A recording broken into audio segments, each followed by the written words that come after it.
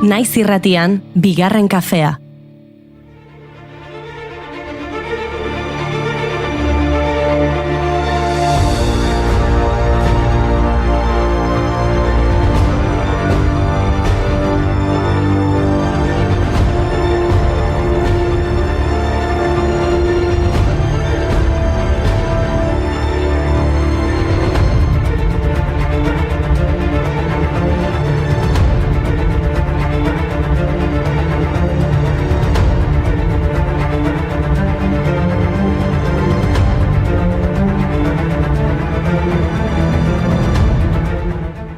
Egunon guztioi eta ongi etorri bigarren kafera opilak prest, gaur asteartea da, baina festa gozez gaude. Gaur San Blas eguna da. Sona handikoak dira bai, Abadinoko San Blasak adibidez, gaur azoka eguna dute eta oraingoan ere 121 postu egongo dira askotariko produktuekin.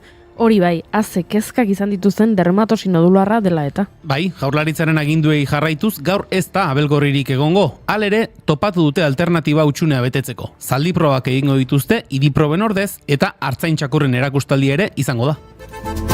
Abadiño San Blasetan, botelloiak eskinetan, gazteak dibertitzeko, gure herriko festetan,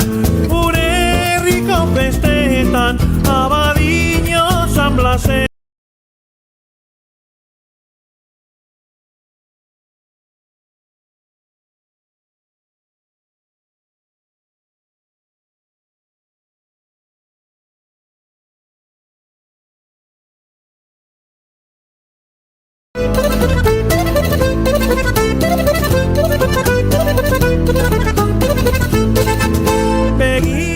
Gaur festan ibili eta bihar goizean agian danbor soinua izango du buruan norbaitek. Tira, biharko agian egokiagoa da, makil soinua izan ere, bihar Santa Ageda bezperada eta kopla eta makil soinurik ez da faltako Euskal Herriko txoko askotan. Usadio zaharrei eutxiz, kopla zaharra kantatzera aterako dira leku askotan elkarte abesbatza, gazte talde eta antzekoak, hainbat lekutan kopla zahar horiekin batera bapatekoak ere sartzen dituzte. Bai, gero eta ohikoagoa izaten da bertsolarien parte hartzea Santa eskeetan, baina tira, gu ez gara kopla kantatzen hasiko. Bestela guri aterako dizkigute eta koplak. Oion etxe ontako denon, oles egitera gato, baterik ate oitura zarrak, aurten berritzeko asmo. Zorion etxe ontako Gu kopla edo bertso kantaria azten bagara, agian norbaitek salaketaren bat jarriko digu, baina lasai, hori gertatzen bada abokaturen batek musutruk lagunduko digu. Gaur, abokatuen nazioarteko eguna da eta. Abokatuak beharko ditugu bai, gure izenak defendatzeko bada ere. Entzun ondo, gaurko egunez, 1910 aurrei izen euskaldunak jartzea debekatu zuen Kadena Eleta Gasteizko apezpiku nafarrak. Apezpikuaren ustetan abertzaletasunak gaztei adimena ilundu eta bihotza usteltzen zien. Beraz, gaurko saioan, Inigo, Julian eta Oiuri izango gara. Bale, ba. Gaur aurkitu zaitut, argazki zar batean, arazan lanean, amantala gerrian, durarekin ezkondutako emakumea, nola ezakit zure izena, zure eskuetan bizitzaren hazia. Abokatuak tartean zirela gaurko egunez duela 20 urte itxi zuten Frikipedia, Wikipediaren parodia humoristikoa. 11.230 artikulu inguru zituen, baina esgaeren salaketa baten ondorioz itxi egin behar izan zuten. 2007an berriro ireki zuten, harik eta 2016ko urtarrilaren batean berriro itxi zuten arte. Borondatez eta behin betiko salaketa eta epaiketa ugari egin gabe zeudelako eta ekonomikoki ezin zielako utzi. Eskerrak euskarazko Wikipediak bizirik dirauen. Hor topatu dut adibidez, gaurko egunez 1919an Pedro Jose Elizegi, hau da Peio Errota bertsolaria hiltzela, edo Daddy Yankiren urtebetetze eguna dela. Ara, parean.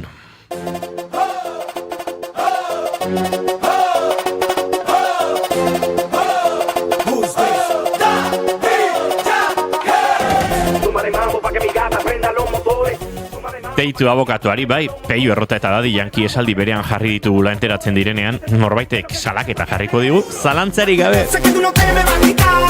Lo que me gusta es que tú te dejas llevar. Todos los weekendes ella sale a vacilar. Orain Trump agertuko da gure atzeko atetik, teloia zabaldu, besterik ez dugu falta. Me encanta la gasolina. Orduan agian komeni beste efemeride bat aipatzea ez da inigo, bazpada ere kontatuko izat beste historia bat. Gaurkoa, otsailaren 3 musika hiltzen eguna bezala ezagutzen dela. 1959an Buddy Holly, Richie Valens eta JP The Big Boppa Richardson Iowako Clear Lakeen ondoan hil ziren hegazkin istripu batean. Garai hartan, Holly eta bere banda Waylon Jennings, Tony Alsop eta Carl Bunch Winter Dance Party tour egiten ari ziren Ameriketako estatu batuetako mendebaldean zehar. Valens, Richardson eta Dion and the Belmonts taldeak ere batu ziren tour horretara. Bidaia luzeak ziren, eta autobus hotzetan egiten ziren abeslarien eztarri eraginez. Clear Lakeen kontzertu eman eta gero, Hollyk erabaki zuen hegazkin bat hartzea Minnesotako Murjedera joateko. The way you dance and hold me tight, the way you kiss and say goodnight. Rave on, it's a crazy feeling, and I know it's got me reeling when you say I love you. Rave on, well, rave on, it's a crazy feeling, and I know it's got me reeling. I'm so glad that you're revealing your love for me. Rave on and tell me. Richardsonek sukarra zuenez Jenningsen lekua hartu zuen eta Alsupek bere aulkia galdu zuen Valensen aurka txanpon jaurtiketa batean. Hegazkina ireratu eta gutxira, gauez eta eguraldi txarrarekin pilotoak kontrola galdu zuen eta talka egin zuen lurraren aurka hegazkineko guztiak ilez. 1971an Don McLean abeslariak eta musikagiak American Pie abestia musika hiltzen eguna zela abestu zuen eta izen horrekin ezagutzen da. Askok istriporen historia abestiari esker ezagutzen dugu. I drove my Chevy to the levee, but the levee was dry. And them good old boys were drinking whiskey and rye, singing, "This'll be the day that I die. This'll be the day that I die." Did you write the book of... Baina musikalde batera utzita erreferente bat aipatu nahiko nuke, izan ere gaurko egunez jaio zen 1821an Bristolen Elizabeth Blackwell mediku lanbidean sartu zen munduko lehen emakumea. Bere aitaren heriotzaren ostean medikuntza praktikoan lan egiteko helburuarekin hasi zituen ikasketak. 10 unibertsitatek bere eskerari uko egin zien, New Yorken onartu zuten arte. Istripu baten ondorioz, kirurgiak egiteari utzi behar izan zion eta beraz bere aizparekin erizaintza eskola bat ireki zuen. Eta 1878an medikuntza unibertsitatea sortu zuen. E viva meu atrevimento, e que me queira escoitar, e que poña o oído moi perto, e que me queira escoitar, e que poña o oído moi perto. Plaza gureak dira bera zabaldu begiak, batu ditu herriak muinerak trikitiak, batu ditu herriak muinerak trikitiak. Ailerelelea, mila kalore, ailerelelea, zuei ore. Eta 1000 kalorez ari garela, 1979ko otsailaren 3an 100.000 emakume kalera atera ziren beren eskubideak murriztaren aurka Teheranen, Iranen. Khomeini aiatolak emakumeak hainbat funtzio publikotatik baztertu, hijaba nahita ez janztera behartu, edota emakumeen ezkontzeko adina 9 urtera jaitsi zuen, eta horrek eragin zuen elkarretaratzea. Eztarriak urratu zituzten, eta izu, egun aproposa da horretarako, San Blasek bedeinkatutako pilak onak omen dira, eztarria zaintzeko. Ara, horrela konturatu gabe itzuli gara festa bai, baina lana ere bai, zein dator gaur gurera? Gazteen osasun mentala ardaz duen zurrunbiloa egitasmoa ezagutuko dugu Eluiarreko Aitziber Agirre Ruiz de Arkauterekin. Eta Unai Elordik prompt engineering gaia omen dakar, ea ulertzen dugun kontatu nahi diguna. Eneko Gurrutxagak hainbat kantu gorroto garri ekarriko ditu gurera, eta Iker Gurrutxagarekin ere ariko gara atzokoaren inguruan, beraz, asko gaur oraindik kontatzeko, bixi, asteko moduan gara, otsaiak 3 ditu gaur, eta aste artea da ongi etorri guztioi, bigarren kafera, naiz irratian zarete.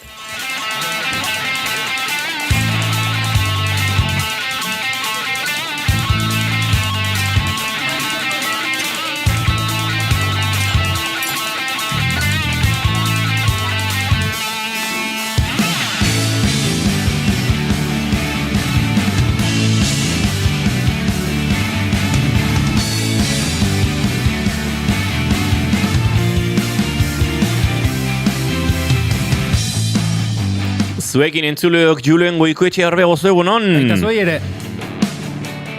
Eta zuekin Goiuri ez Arandia egunon. Egurore. Izketan ari zaizuena Inigo Asensio Ulurbide gaur bigarren kafeak 1120 du. Goizak 10:17 minutu eta otsaiak 3 San Blas gaur. Gu ere 3 gara urrengo 2 orduetan zuekin bat egiteko asmotan. Ongi etorri guztioi, naiz irratian zarete bai bigarren kafean.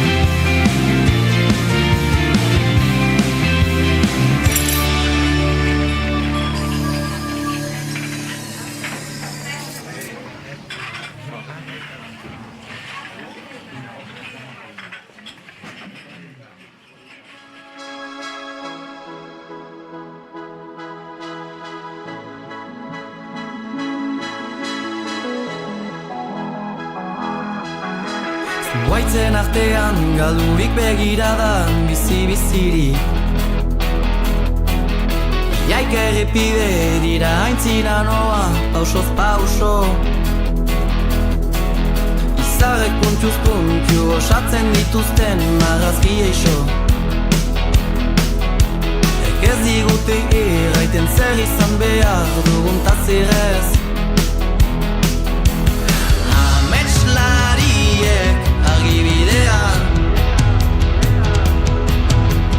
Baizik ez dute erakusten Maskaken ameslari honekin abiatuko dugu gaurko 10:19 minutu zuzenean, bai, naiz irratian, eta hementxe maite duten tarteari leku egin beharrean gara. Julen Goikoetxe Orbegozo, zuri dagokizu lehena. Ados, nik nolabait ere maite dut batekin hasi eta maite dut ez batekin amaituko dut guztia gai beraren inguruan. Maite ditut, horrela ez da egite, modu tristean edo egiten ez diren despedida edo itxierak. Ospatzen diren itxierak naiz eta zerbait istea, ez albiste ona izan. Iragan igandean, gure herrian taberna bat itxi zuten, 8 urtez zabalik egon den taberna bat, egi esaten hasi da guere azken egunetan enteratu ginen, azken astearen barruan enteratu ginen, jada igandekoa azken eguna izango zutela, eta bueno, izan da taberna bat desente ibili garena, tabernariarekin, Ramonekin ere, harreman ona egin du, herrikoa da bera, eta harreman ona izan dugu, eta igandean, hoxe, pixkat, ez horrela denbora askorekin prestatuta, baina egin genion, nolabaiteko despedida festa moduko bat, eta polita izan zen, ez, akaso harreman gehiegirik ere ez daukagun herritarrak, tabernaren bueltan, eta taberna horren bueltan desente ibili garenak elkartu, eta ospakizun moduko festa bat, erdi bazkari moduko bat ere egin genuen, eta maite dut, agurrak horrela izatea, ospakizun modura izatea, egia da, pena handia ere ematen digula, eta zentzu horretan, ez dakit, herri handietan bizi zaretenok, ez duzu akaso inbeste nabarituko, baina gure herrian, arrazoi ezberdinak medio, denbora gutxian bi taberna itxi dira, eta horre, 1500 pertsona bizi garen herri batean, bi taberna istea, garbi esaten hasita, alukeria desentea da, egia da, bat obrengatik itxi dutela, eta urte pare baten buruan eraikina berritzen dutenean, irekitzeko esperantza badaukagula, baina herri txikietan tabernak eta orokorrean merkataritza guneak, denda txikiak istea, beti da albiste txarra, eta espero ezagun, epe labur edo ertainean, itxi diren taberna horiek, eta itxita dauden komertzio batzuk, denda batzuk, jende animatzen den negozioiek hartzera, ze herri txikiek bai taberna eta bai denda txikiekin, bizia irabazten dute.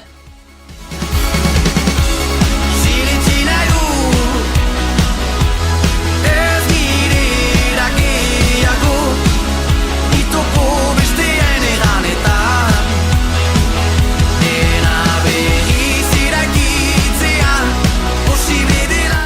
nik badaukat maite dut batola pixka eta xalekoa, maite dut ez bat, hola, jeit gehiagi gabe, baina bai, badaukat, eta bestea maite duta, gero kontatuko dudana, baina tira maite dut ez hau kontatzeko, ea moldatzen naizen, beti arazoekin ibiltzen naiz eta hola, gauzak bapatean jarri nahi ditudanean.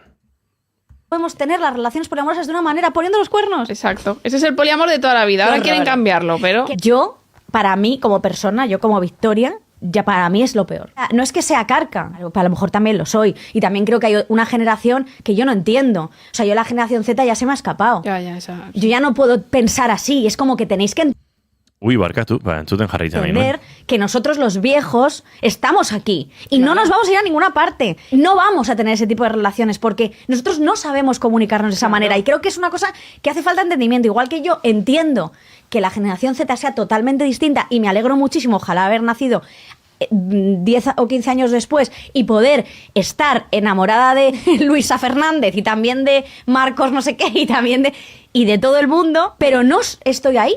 A mí no me metas ahora a tus vínculos de primera, segunda y tercera categoría. Es que yo no los puedo. entiendo. Pero yo soy una persona súper tóxica. ¿Cómo voy a tener ese tipo de relaciones? Bueno, Victoria Martín, estirando el chicle, Podimon, hemen hitz egiten poliamorrari buruz, eta pixat maite dut eza. Pixkat iruditzen zait konversazionek badaukala... Zer kontatu du, bikoiztu. Normalean beti bikoizten ditugu bideoak. Bai, bueno, kontatzen du Victoria Martinek, bizitza guztiko poliamorra izan dela adarrak jartzea. Eta bera, dala generazio batekoa, ja ezin duen hasi pentsatzen beste modu batera harremantzea. Esan nahi dut, monogamia toksikoan bai, baina poliamor berarentzat hain arraroa den horretan, ez.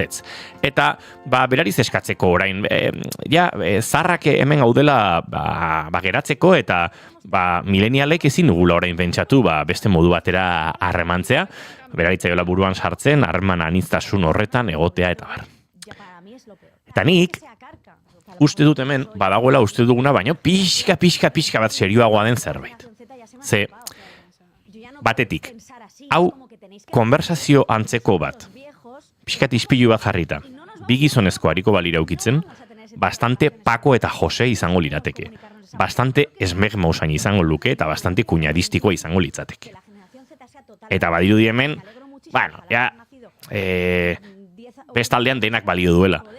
A ber, maitia, zuk monogamoa izan nahi balin baduzu, izango zara monogamoa, zure egitura, baloren egiturak, zure kulturak, zure hezkuntzak eraman zaituztelako monogamo izatera eta oso ondo dago. Baina ez ziozu errua bota, zure generazio edo adinari, dazkazu 34 urte, senyora, 34, ez 57.000. Zure gurasoen belaunaldiak poliamorra praktikatzen zuen jada. Iruditzen zait, badagoela monogamiaren defentsan batzutan diskurso mota bat, pixkat peligrosoa. Ze, iruditzen zait, estigmatizatu ere egiten duela neurri batean, monogamiatik haratago harremandu nahi dugun pertsonen bilaketa aski zail hori. Eta jo, pixkat, poliamor, poliete serio. Hau da, diskurso maila. Hau da esateko dagoena. Barkatu, eske, eteseak edatzen dira gehiago harreman monogamoen infidelidadeetan poliamorretan baino. Orduan, iruditzen zait, dagoela pixka naftalina diskurso horretan. Eta dagoela naftalina diskurso horretan oso modernotzat saltzen den eduki mota batean. Eta hor alerta pixka bat jarri beharko genukela. Ze bestela, geratzen da, erdi justifikatuta, poliamorra 34 urteekin praktikatzea dela zure garaiari ez dagokion zerbait egitea. Eta uste dut, pixka lekuzkanpo badagoela.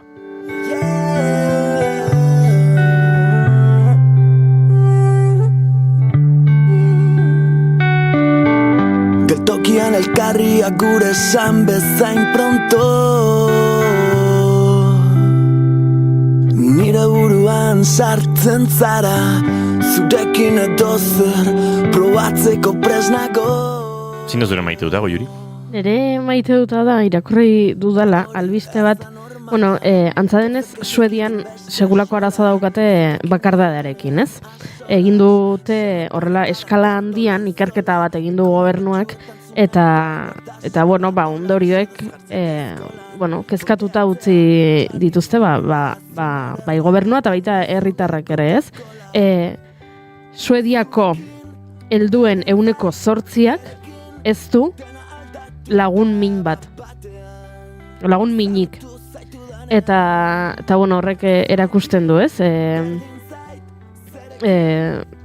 Bakardadea ez da bakardaren punta izango litzake hori, ez? Gero arazo gehiago ere badituzte, esaten dute, kulturalki Suedian ez direla, beraien mentalitatea dela ondokoak ez molestatzea, horri garrantzia handia ematen dietela eta espazio pertsonalari balio handia ematen dietela eta agian kultura horretatik datorrela gertakari hau, ez? Eta orduan irakurri dute albiste bat, badagoela farmazia kate bat, Apotek Hartat izenekoa, eta Apotek Hartateko jabeak, dela Monika Magnusson, jabea zuzendaria da bera, Monikak, kontatu du eman diela langileei egunero 15 minutu, edo bestela ez baduten nahi 15 minutu egunean, hilabetean ordu bat, bereien postuetatik joateko eta lagunekin planak egiteko. Plana egin agian 15 minututan ez dizu denbora ematen, agian kafe bat bai, baina bestela egin dezakezuna da antolatu planak asteburuan elkar ikusteko edo dana dalakoa. Eta 100 euro gutxi gara bera izango litzakenaren baliokidea ematen die langilei horretarako. Lagunekin planak egiten gastatzeko. Eta, Monikak kontatu du, beraiek egin zutela baita ere, estrategia bat eta gidalerro bat eman zietela farmaziako langileek identifikatu zezaten bezeroak ean noiz sentitzen ziren bakarti, ez? Galdera batzuk egiten dizkizute joaten zarenean zure pilularen bile edo zure jarabeen bile edo dana dalakoa, eta beraiek badaukete protokolo bat identifikatzeko aian pertsona hori bakardade kronifikatu egoeran dagoen, ala ez? Eta orduan pentsatu zutela, ari zirela beraien lerro estrategiko batean bakardarearen aurka egiten, baina agian ez zirela nahikoa egiten ari. Eta agian beraien langileak ere bakarrik sentitzen zirela. Eta orduan, martxan jarri dute, lagunen zaintza edo horrelako nolabaiteko izena jarri diote asuntoari. Eta bitxe iruditu zait, egia da, enaizela ni bertan egon, eta ez dudala bertako gertukorik, ez? Jakiteko kulturalki benetan, ze ohitura dituzten, ze ohitura sozial dituzten, ze horrela entzun da pentsatu dut, ez dakit, enpresak eman behar dizkizu egunean 15 minutu, ze ez badizkizu ematen ezin dezu lagunekin planik egin, horrek ze esan nahi du, agian ordu pila bat sartzen ari zarela lanean, eta lanak ez dizula uzten denbora lagunekin egoteko, hausnartzeko gaia iruditu zait, baino egia da, familia nuklearrean oso oinarrituta dagoen eremu batean bizi garela gu, ez? Adibidez, zuk zure aita gaixotzen balin bada ospitalera juteko baimena eska dezakezu lanean, baina zure lagun minena balin badago ospitalean ezin dezu eskatu, ez? Balioan jartzen delako familia nuklearra, ez? Eta hor pixkat inigok esaten zuen aritik joan daiteke hori. Eta orduan, pixkat ikuspuntu horretatik iruditu zait ondo dagoela, hemen balioan jartzen dela lagunak. 100 euro emango izkizut, lagunekin plana egiteko. Hau ez familian egoteko edo familiako zaintzarako, ez. Lagunen arteko harremanak sustatzeko. Emango dizut denbora eta dirua horretarako. Eta bitxi iruditu zait, eta zuekin elkarbanatu nahi nuen. Uste dut orokorrean, naiz eta hori pixat aldatzen ari den, eta beste diskurso edo beste harremantzeko moduetan ere ari garen murgiltzen, gure kulturak erakutsi digula edo txertatu digula familia zaindu egin behar dela eta lagunak pixkat bigarren plano batean daudela, ez? Horrek ez esan nahi zaindu behar ez direnik, baina familia bai dela, ez? Lehen etxi behar dena erabat. Eta, badaude dagoeneko hainbat joera nun jendeak erabakitzen duen familiatik urruntzea, familiarekin ez dagoelako gustora, ez delako sentitzen espazio seguro batean, askotan, ez delako sentitzen ulertua, ez delako sentitzen bere demagun ertzetatik bizitzeko joeretan errespetatua, eta, bueno, orokorrean disidentziek familiarekin talka egiteko joera da horretan, jendeak nahiago izatea familia hori pixka lagunen artean osatu edo ez. Beraz, ez dakit nik uste dut, orekatzea behintzat honek, ez du esan nahi familiarekin ez egoteko, ez dakit, aldarrikapena egiten dudanik nik, baina bai ulertzea, norberak egon bar duela, pixka nahi duen tokian eta nahi duen moduan, ez? Eta batzutan hori familiatik kanpo izan daiteke, eta orokorrean gehiago uzten dugula, ez? Lagunen giro hori albo batera, batez ere, aitatasun, amatasun, giroan sartzen garenean, eta bar. Hori bai, super zaila egiten zait pentsatzea, nere esku balego, ez? Ni banintz, gobernuko lan esparruko zerbitzu burua edo dena delakoa, nola egiten duzun hori, nola antolatzen duzun, eta muga nun jartzen duzun. Ja, bai, ez da batera erresa, hori egia da. Baina, gauzakin bar dira egin eta gero lausotasun hori nolabait onartu edo, ez? Pixkate, iruditzai darako beti dagoela espazio bat lausoa dena edo erabat legearen edo proposamen baten, marko horretan kokatzen ez dena, ez? Baina zein da proposamena? Hori da, ez egiten zaidana. Ja, bai.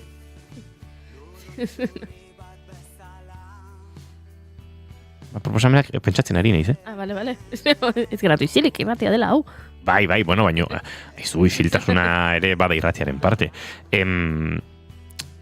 Proposamenak izan bardu ausarta, hartu eta eman, ez dakit. Baina zein da proposamena hori da esaten dela. Zuk eukitzea zure lagunekin planak egiteko, opor eskubideak esaterako. Bale, lagunak zer kontsideratzen da? Zuk nahizuna, netzako hori da puntua. Nola mugatu hor ikusten dut dagoela lausotasunaren zea hori, ez nola mugatu zuk azkenean familiarekin plana egingo baduzu, eta bar. Baina, ez dakit, norbere zaintzarako baja eskubidea badaukagu, ez? Bai. Parametro mediko batzuk beteta, baina tira. Nire nintzen gehiago esaten hori, ospitalean lagun baten zaintzarako, zuri baimena zizutela lanean ematen, ez? Zure aita ingresatzen bali badute, bi egun dauzkazu, legeak ala, zure enpresa ala behartzen du, zuk langileak bi egun hartitzake ospitalean aita zaintzeko. Baina nire lagun mirari ospitalean balin badago, nik ezin diot nire enpresari eskatu bi egun mirari zaintzeko. Akaso, eta dena burokraziaren eta legearen esparru eraman behar denez, eta bai, nahiz hemen jupiguai jarriko da, lagun, ados, zure lagun mirari bizi da hiri batean, ez daukan babes familiarrik, edo ez du nahi bere babes ingururi familiar izatea, eta izendatzen ditu bere bost lagun, haren nolabait zaintza esparru bezala. Eta horrek zuri ematen dizu eskubidea, mirarik zu zaintza esparruan kokatu zaitunez, zuri edo bost horietako norbaiti edo pare bati, lan eskubide hori izatea mirariren zaintzarako. Arlo bateko proposamena izan daiteke hori. Bai, uste dut. Formulak bila daitezkela, eta hor, seguru, antropoloak datozkit burura, baina, ez dakit, gizarte langileak eta bestelakoak ere, eango dela esparro teoriko bat ere, nolabait, marko hori eraikitzeko, ez? Ez dela Bai, ez dakit, niri zaila egiten zait. Zegero, horrelakoak, ez dakit, lagun artean komentatzen hasten garenean, ikusten ditugu adibidatzuk, eta batzuetan jendeak proposatzen du, zure pixuki da balin bada, eta gero esaten duzu, baina igual zuk daukazu kriston harremana pertsona batekin, eta ez da zure pixuki da, ez da zurekin bizi, eta ez dakit, zaila egiten zaidala, baina beti esaten dut, hala ere, gauza bat, asko gustatuko litzaidake da, dela, ez tei bidai harako 20 egun edo, ez dakitzen bat egun diren, ezkontzen zara, eta 20 egun hartitzakezu zure lanpostuan, ez, oporretara joateko. Hori, denok eduki beharko genukela, ezkondu ala ez. Zalantza izpirik gabe. Zure bizitza laboralean, ez duren. 20 eguneko, ez? Hau da, ni ezkontzen balin ba naiz, saritu egiten nau nolabait nire enpresak, eta 20 egun oparaitzen dizkit hor ni oporretara joateko, eta aldiz nire lankidea, nik bezain besteko orduak sartzen ditula, eta lanean lanposto agian berdina daukagu, ardura berdinak, eta ez bada ezkontzen ez euskago gehi egun horiek. Merezi ditu gehi egun horiek. Inork ez dizu esan, ezkondu dela oporro egun horiengatik? Niri bate baino Bai. Ezkondu egingo gara bai baino egunengatik, oporren gurengatik hori entzun dut nik askotan bai. Ja, ointxe lagun batek idatzi dit, forma da zuk eskatu ordez egunak norbait zaintzeko, gaixo dagon horrek asignatzeko norbait bera zaintzeko. Bai, uste dut hori dela nik esan dudana, bakarrik lagun hau hariko dela atzerapen pixkatekin ikusten. Ez? Nik hori proposatu gutxera, ez? Lagun horrek esate izu, nere zaintzan nahi dute egitea pertsona honek, bai. Nerezat nahiko forma bideragarria da. Hori bai, egin beharko genuke, ze gero ez ditugu egiten horrelako gauzak. Idatzi zutzi horrelako kontuak. Bai. Bada zerbait ere gero, zure lan kontestuaren arabera ere, ulermen maila edo ezberdina izan daiteke. Noski. Niri atzo gertatu zitzaidan, eta gainera ontaz hitz egin nahi nuen oso gertuko lagun batek idatzi zidan, bere oso gertuko lagun batek bere buruaz beste egin nahi zuelako. Eta oso agobiatuta zegoela, eta etzekiela zer egin. Bigarren kafea aspaldi jarraitzen duzuenok, jakingo duzu ziurrenik, suizidioaren inguruan behin baino gehiagotan hitz egin dudalako, gure kuadrillako lagun batek, Borjak, bere garaian duela 4 urte pasatxoia, bere buruaz beste egitea erabaki zuela, eta niri baterik eta bestetik egia esan, suizidioaren gaiak, gertutik kolpatu izan nau, eta lagun honek badaki hori, eta pentsatu zuen inork ez dakien bere lagunaren egoera hori, ulertzen akaso nik gaitasun gehiago edo empatia gehiago izan nezakeela, ez? Potentzialidadearen beldurra, alaxe ditu genion atzo konversazio hartan, eta badago beldur bat gerta daitekeelako, ez? Potentzialidadearen beldur hori, zuk badakizulako zure lagunak hori duela buruan, eta gure kasuan ordu gutxirako bilaketa bat izan zen, higik zegoela jakin genuen arte, beste kasu batzuetan, suizidio burutapenak dituen jendea zaintzen duenak, edo gertu dituenak, beldur horrekin bizi egin behar du, eta iruditzen zaitor badagoela dolua gauzak gertatu baino lehen kudeatzen hasteko beharra, potentzialidade horrek sortzen duen dolua. Kontua da, niri lehenengo momentuan mezueri ikusi nuenean, hemen ari ginen irratsaio egiten, eta nahiko razional kudeatzen ari nintzela, lasai, zuan mabitan bukatzen duenean saioa deituko dizut eta uta beste. Baina momentu batean niri barren guztiak ere mugitu zitzaizkidan, iraiaren 27 madarikatu hartan ere ibili ginelako potentzialidaderen beldur hori bizitzen, eta gainera, kontatu bezala ezin emaitza onarekin edo, ona era txarra zarden ere hemen, eztabaitu beharko litzateke. Eta momentu batean egia esan, mikroari eragiteko ere gaitasunik enuelako, Goiuriri esan nion beak hartuko zuen saioaren gida, eta atera nintzen lagun honi deitzea, nire barrenak pixka bat lasaitzera, eta bereak lasaitzen saiatzea, ezta? Iruditzen zait, hori badela zaintza, eta nik atzo enuela, ez dakit, baja eskubide bat kudeatu behar izan, ez dakit, lantalde baten ulermena ere askotan hor dagoela, ez, eta zoaz eta moldatuko gara hori ere, uste dut, hemen, ez dakit, gure familia txiki honetan ere behin baino gehiagotan egin dugula, eta hori ere badela zentzuzko zerbait, eta hori ere badela kultura, eta hori ere badela, elkar laguntzean dagoen zerbait. Egia da, ospital batean astebete pasa behar baduzu, beste erraminta batzuk behar dituzula, baina erraminta oinarrizko batzuk ere hasten direla, elkar ulermenean eta elkar moldatze horretan, eta jakitun, momentu honetan zuk behar duzula beste nonbait egon, eta kasu ez daukazula denborarik, eta ez da kontestu legal bat juridikoki zure askatasun hori bilatzeko edo ez. Oso lanpostuaren araberakoa da. Hori izan dut, hori izan dut hasieratik. Oso zure lanpostu eta zure lan kontestuaren araberakoa dela, eta behar horren araberakoa ere, klaro, zu joan barren mozu munitxera, zure lagun bat zaintzera bi astez, nolabait hori komplikatu ere egiten da. Beraz, hau ez da ez zuri ez beltz, baina, bada osnarketa bat eta euki nahi genuen. Goizeko 10:40 dira, txatari begira jarri gabe jarraitzen dugu oraindik. Hau da, helduko diogu. Egunon, gaur berandu noa, dio Gorkak. Nire maite duta da, inauterik, ze ederra atzoko aurkezpena Gora Tolosako herria. Egia da, berriro aldarrikatuko dugu inauteria egon badago Tolosatik aratago, eta saiatuko gara inauteri horiei ere begiratzen bigarren kafean, ze bestela, gure inauteriari, Tolosako inauteriari soilik begira jarriko gara, oso tolosarrak garen lantalde honetan. Baina, egia da, atzoko aurkezpena oso politi izan zela, eta inorketzuela espero Goiuri, lantalde guztian dantza jarriko zuenik gonbidatu batek. Nik uste dut, UNESCO-ari dela deikaia, egin behar duelako porrotx. Gizateriaren ondare. Material kasu honetan, oin material, ez da gizizango zan. Ez dakit. Haren talentua inmateriala da, bera materiala, ez dakit. Redios, gaur erosidet San Blas opila, juhu, guri mai gorostiaga pozok ekarri digu, unai elordi dalgo hemen dagoela baliatuta, egon, unai? Egunon... Arroskila nahi balin baduzu. Self-service, bai? Hartuko etela. Gero jango ez, baina. Egunon gaztiak dio indiokerrek. Julen, gaietak utzi dizkizute? Bai. Bai, desente utzi ditugu. Osonak, atzo June Romatit ibargurenek, gero guk, zera, hemen jarraitzen dugu, atzo gaietak, gaur ropillak, bihar izango dira bestelakoak, eta Gure korrelako batek esaten du inigo. Daun bitarten honetik. Bai, ez da. Bai, Gora San Blas, Josune Belez de Mendizabalen eskuminak, faltan botatzen dut, bida, sorpresa bat, ostiral honetan izango da gurekin, eta tarteka berreskuratuko ditugu, txiribueltak eta Josune Belez de Mendizabalen kolaborazio horiek. Nahi do parte hartu, ala, ze ona poliamor, zer da? Gorka hori, luzeago eta lasaiago, beste momenturen batean, aztertuko dugu, akaso tarte bat hartu behar dugu horren inguruan aritzeko. Berdina pentsatzen nahi nintzan dio indiokerrek, oso kuñadismoa zela konbertsazioa.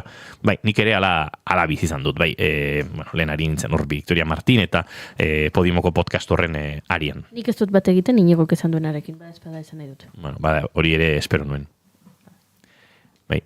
Zer da lagun mina? Ze ona ideia dio Gorkak. Zer da lagun mina, zer galdera ona. Baina familia danak ez dira berdinak. Nik gutxi daukat familiatik. Nik behar ditut lagunak. Lagun onak. Noski, zuk eta denek, Gorka.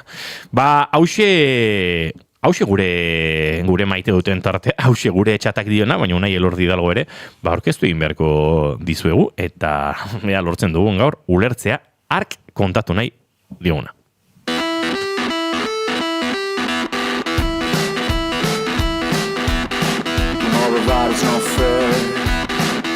Man, you get scared. Whatever happened to your heroes, you can be free. There's nothing more to this time back here. You come and get a shower, please. Status D.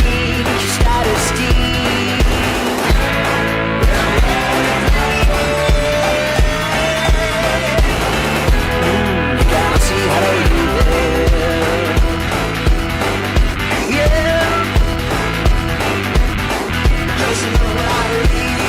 Unai Elordi Hidalgo, egunon berriro ere? Egunon. Gaur txiste batzuk egin ditugu, pegilekuna lankidearekin, prompt engineering inguruan hitz egin behar genuela esan dugunean. Ez dugu ezer ulertu. Prompt engineering. Bi hitzak hartuta ulertzen dugu. Hau da, engineering da ingenieritza, eta prompt da zuk adibidez chat GPT-rin esaten diozuna, nahi dezunean, esaidazu Baionan ze jatetxe den aproposena umeekin joateko. Hori da, baina organizatu behar da erabatean maksimizatu alizateko erantzuna. Hori da prompt, baina hori prompt bat izango litzaken nik esaten dudana. Orduan, bi kontzeptuak, prompt eta engineering ulertzen ditugu. Elkarrekin ez dakita inon da ulertzen ditugu nunei. Ulertzen dute, alde batetik oso izen teknikoak dira, eta azkenen prompt hitza ez da bat ere ez, ez dugu egunerokoan behintzat entzuten, prompt da dator, terminalean edo ordenagailuan, ez dakit askok ikusi duzuen hor badago ikonotxo bat telebista beltz batekin, eta hor, komando desberdinak exekutatu egitezke, gauza desberdinak erabili alizateko, komando edo esan genezake telebistatxo horretan idazten duguna, beti da prompta. Hor bertan idazten duguna, zuk promptean jarri behar duzu, hau. Eta hori dator aspalditik, ordenadoreak sortu ziren momentutik.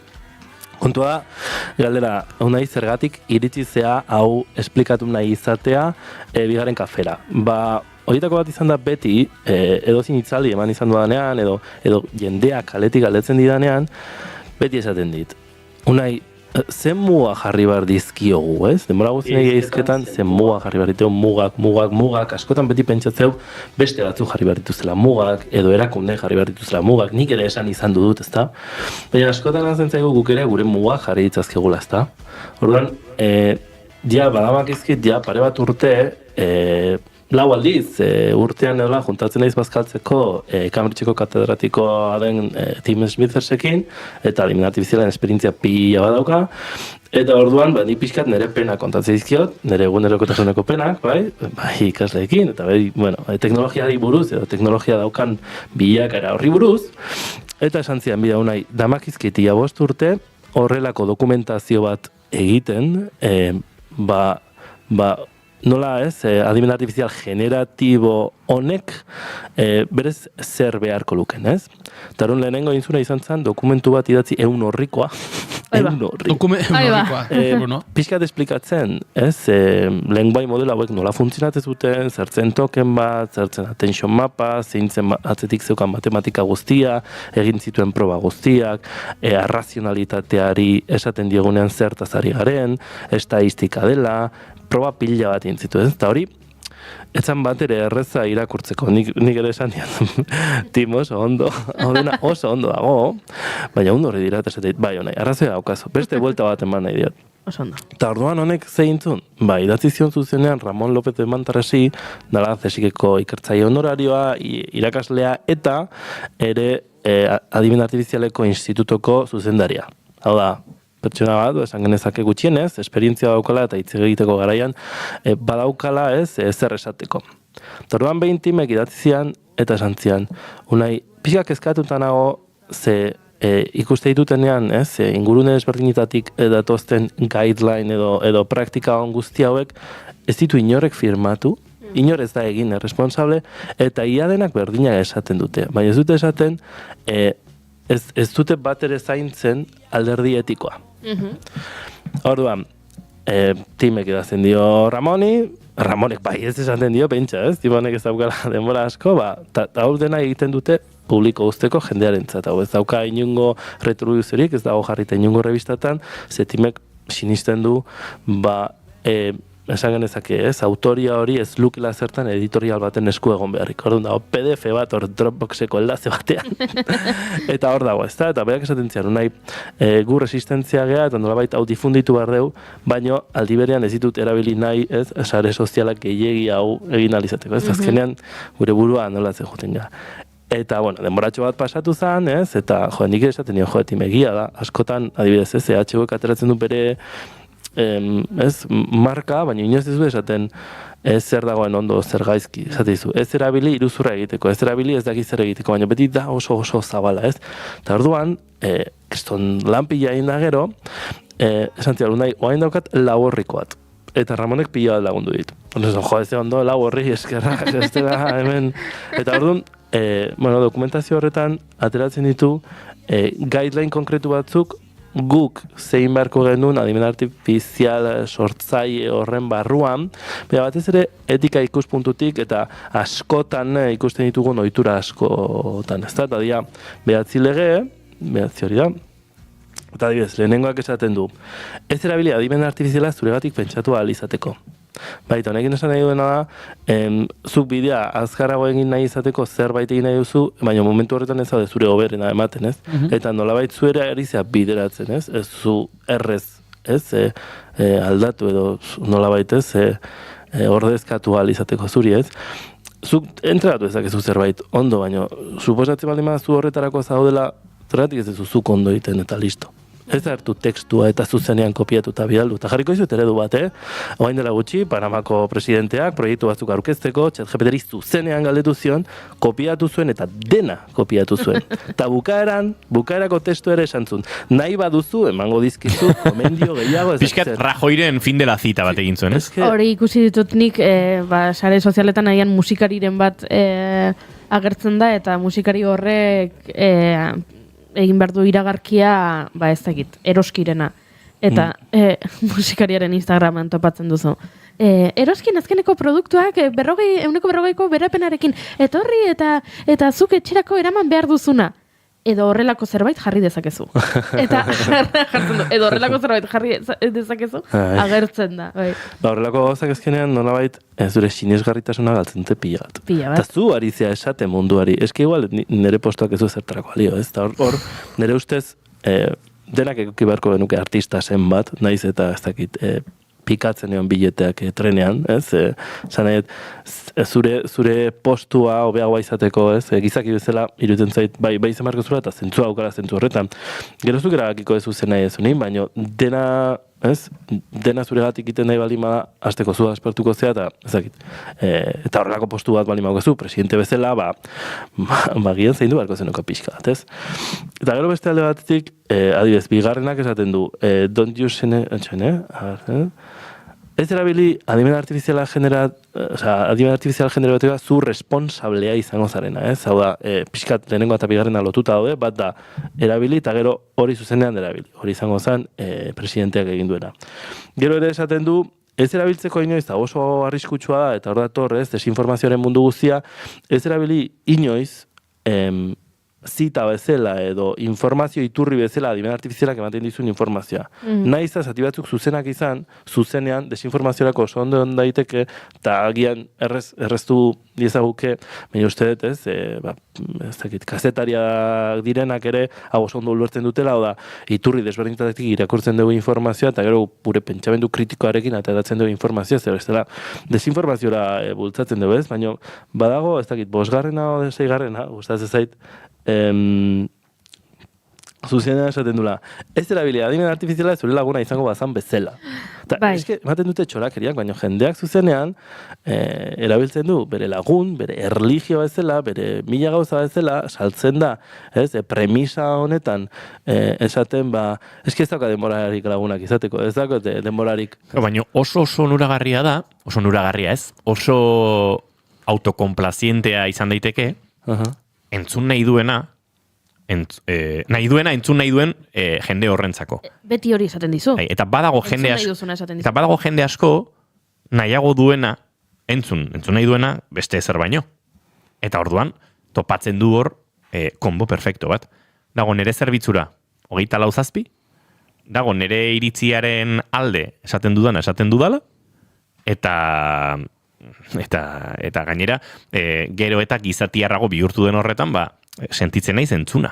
Eta gainera trampa mortala. Zuk erabiltzen duzun hizkuntza erabiltzen du. Gero bueltan, hau da, niri ez dititze egiten esanez, maitea, zu zara erregina, baina nik horrela hitz egiten balin badiot, horrela hitz egingo dit, edo esango dit, bro, pasa de esto, nik horrela hitz egiten balin badiot, eta hori oso arriskutsua da, ze gainera, jada ez da, sentsazioa galtzen duzu makina batekin hizketan ari zarela. Percepzioa, iturinen testa, esaten dena. Hori da. Nik hemen kontatu nuen, eta berriro, esango dut, niri oso arriskutsua iruditu zitzaidan, jakinda ere, dauzkan arrisku guztiak, zu hona etortzen zara, eta zehaltzen dizkiguzu gauza guztiak, eta oso mentalizatuta nago, baina gabonetan gaixo egon nintzenean, etxean nengoen, bakarrik, goizeko ordu txikitan urgentzitara joan behar izan nuen, eta etxean ez zegoen inor, goizeko 3 ziren ezin nuen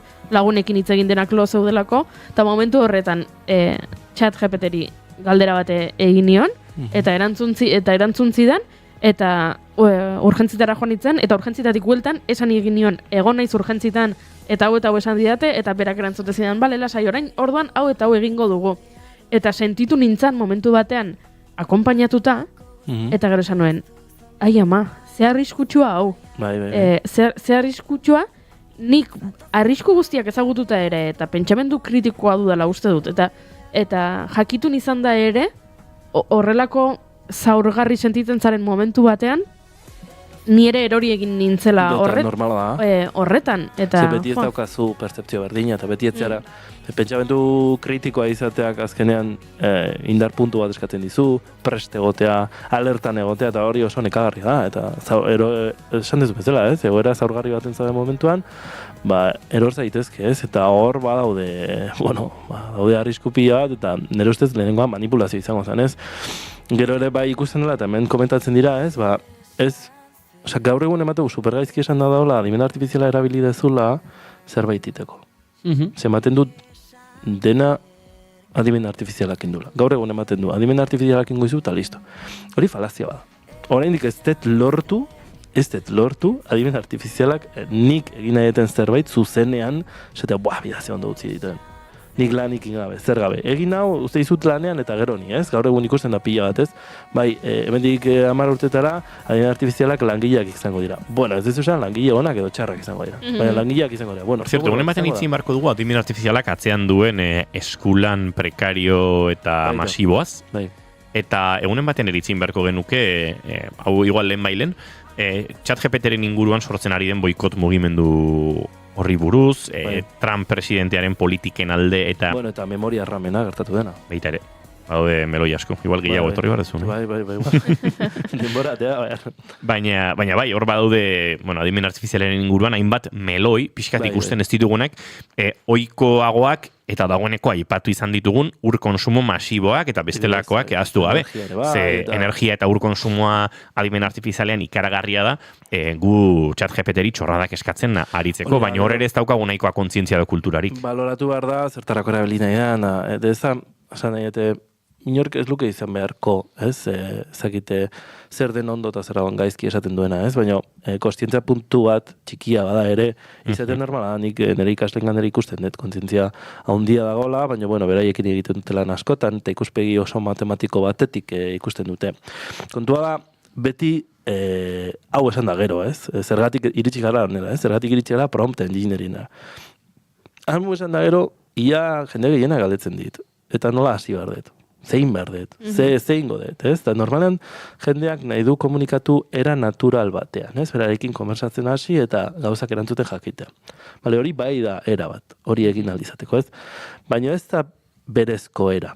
Datuekin entrenatuta dagoen, datu egituratuetan oinarrituta dago, bere informazio guztia beraz, zu konversatu dezakezu adimen artifizialeko zati horrekin, baina gauza oso bereziak behar baldin badituzu, edo lortu nahi duzun informazio hori egiteko, informazioa pixka bat egituratuago pasatu bertzaio. Hau da, nik zuzenean aginduak ematen dizkizut eta zuk erantzuten didazu, edo zurekin ari nahi zitzeiten da informazio bat ateratzen.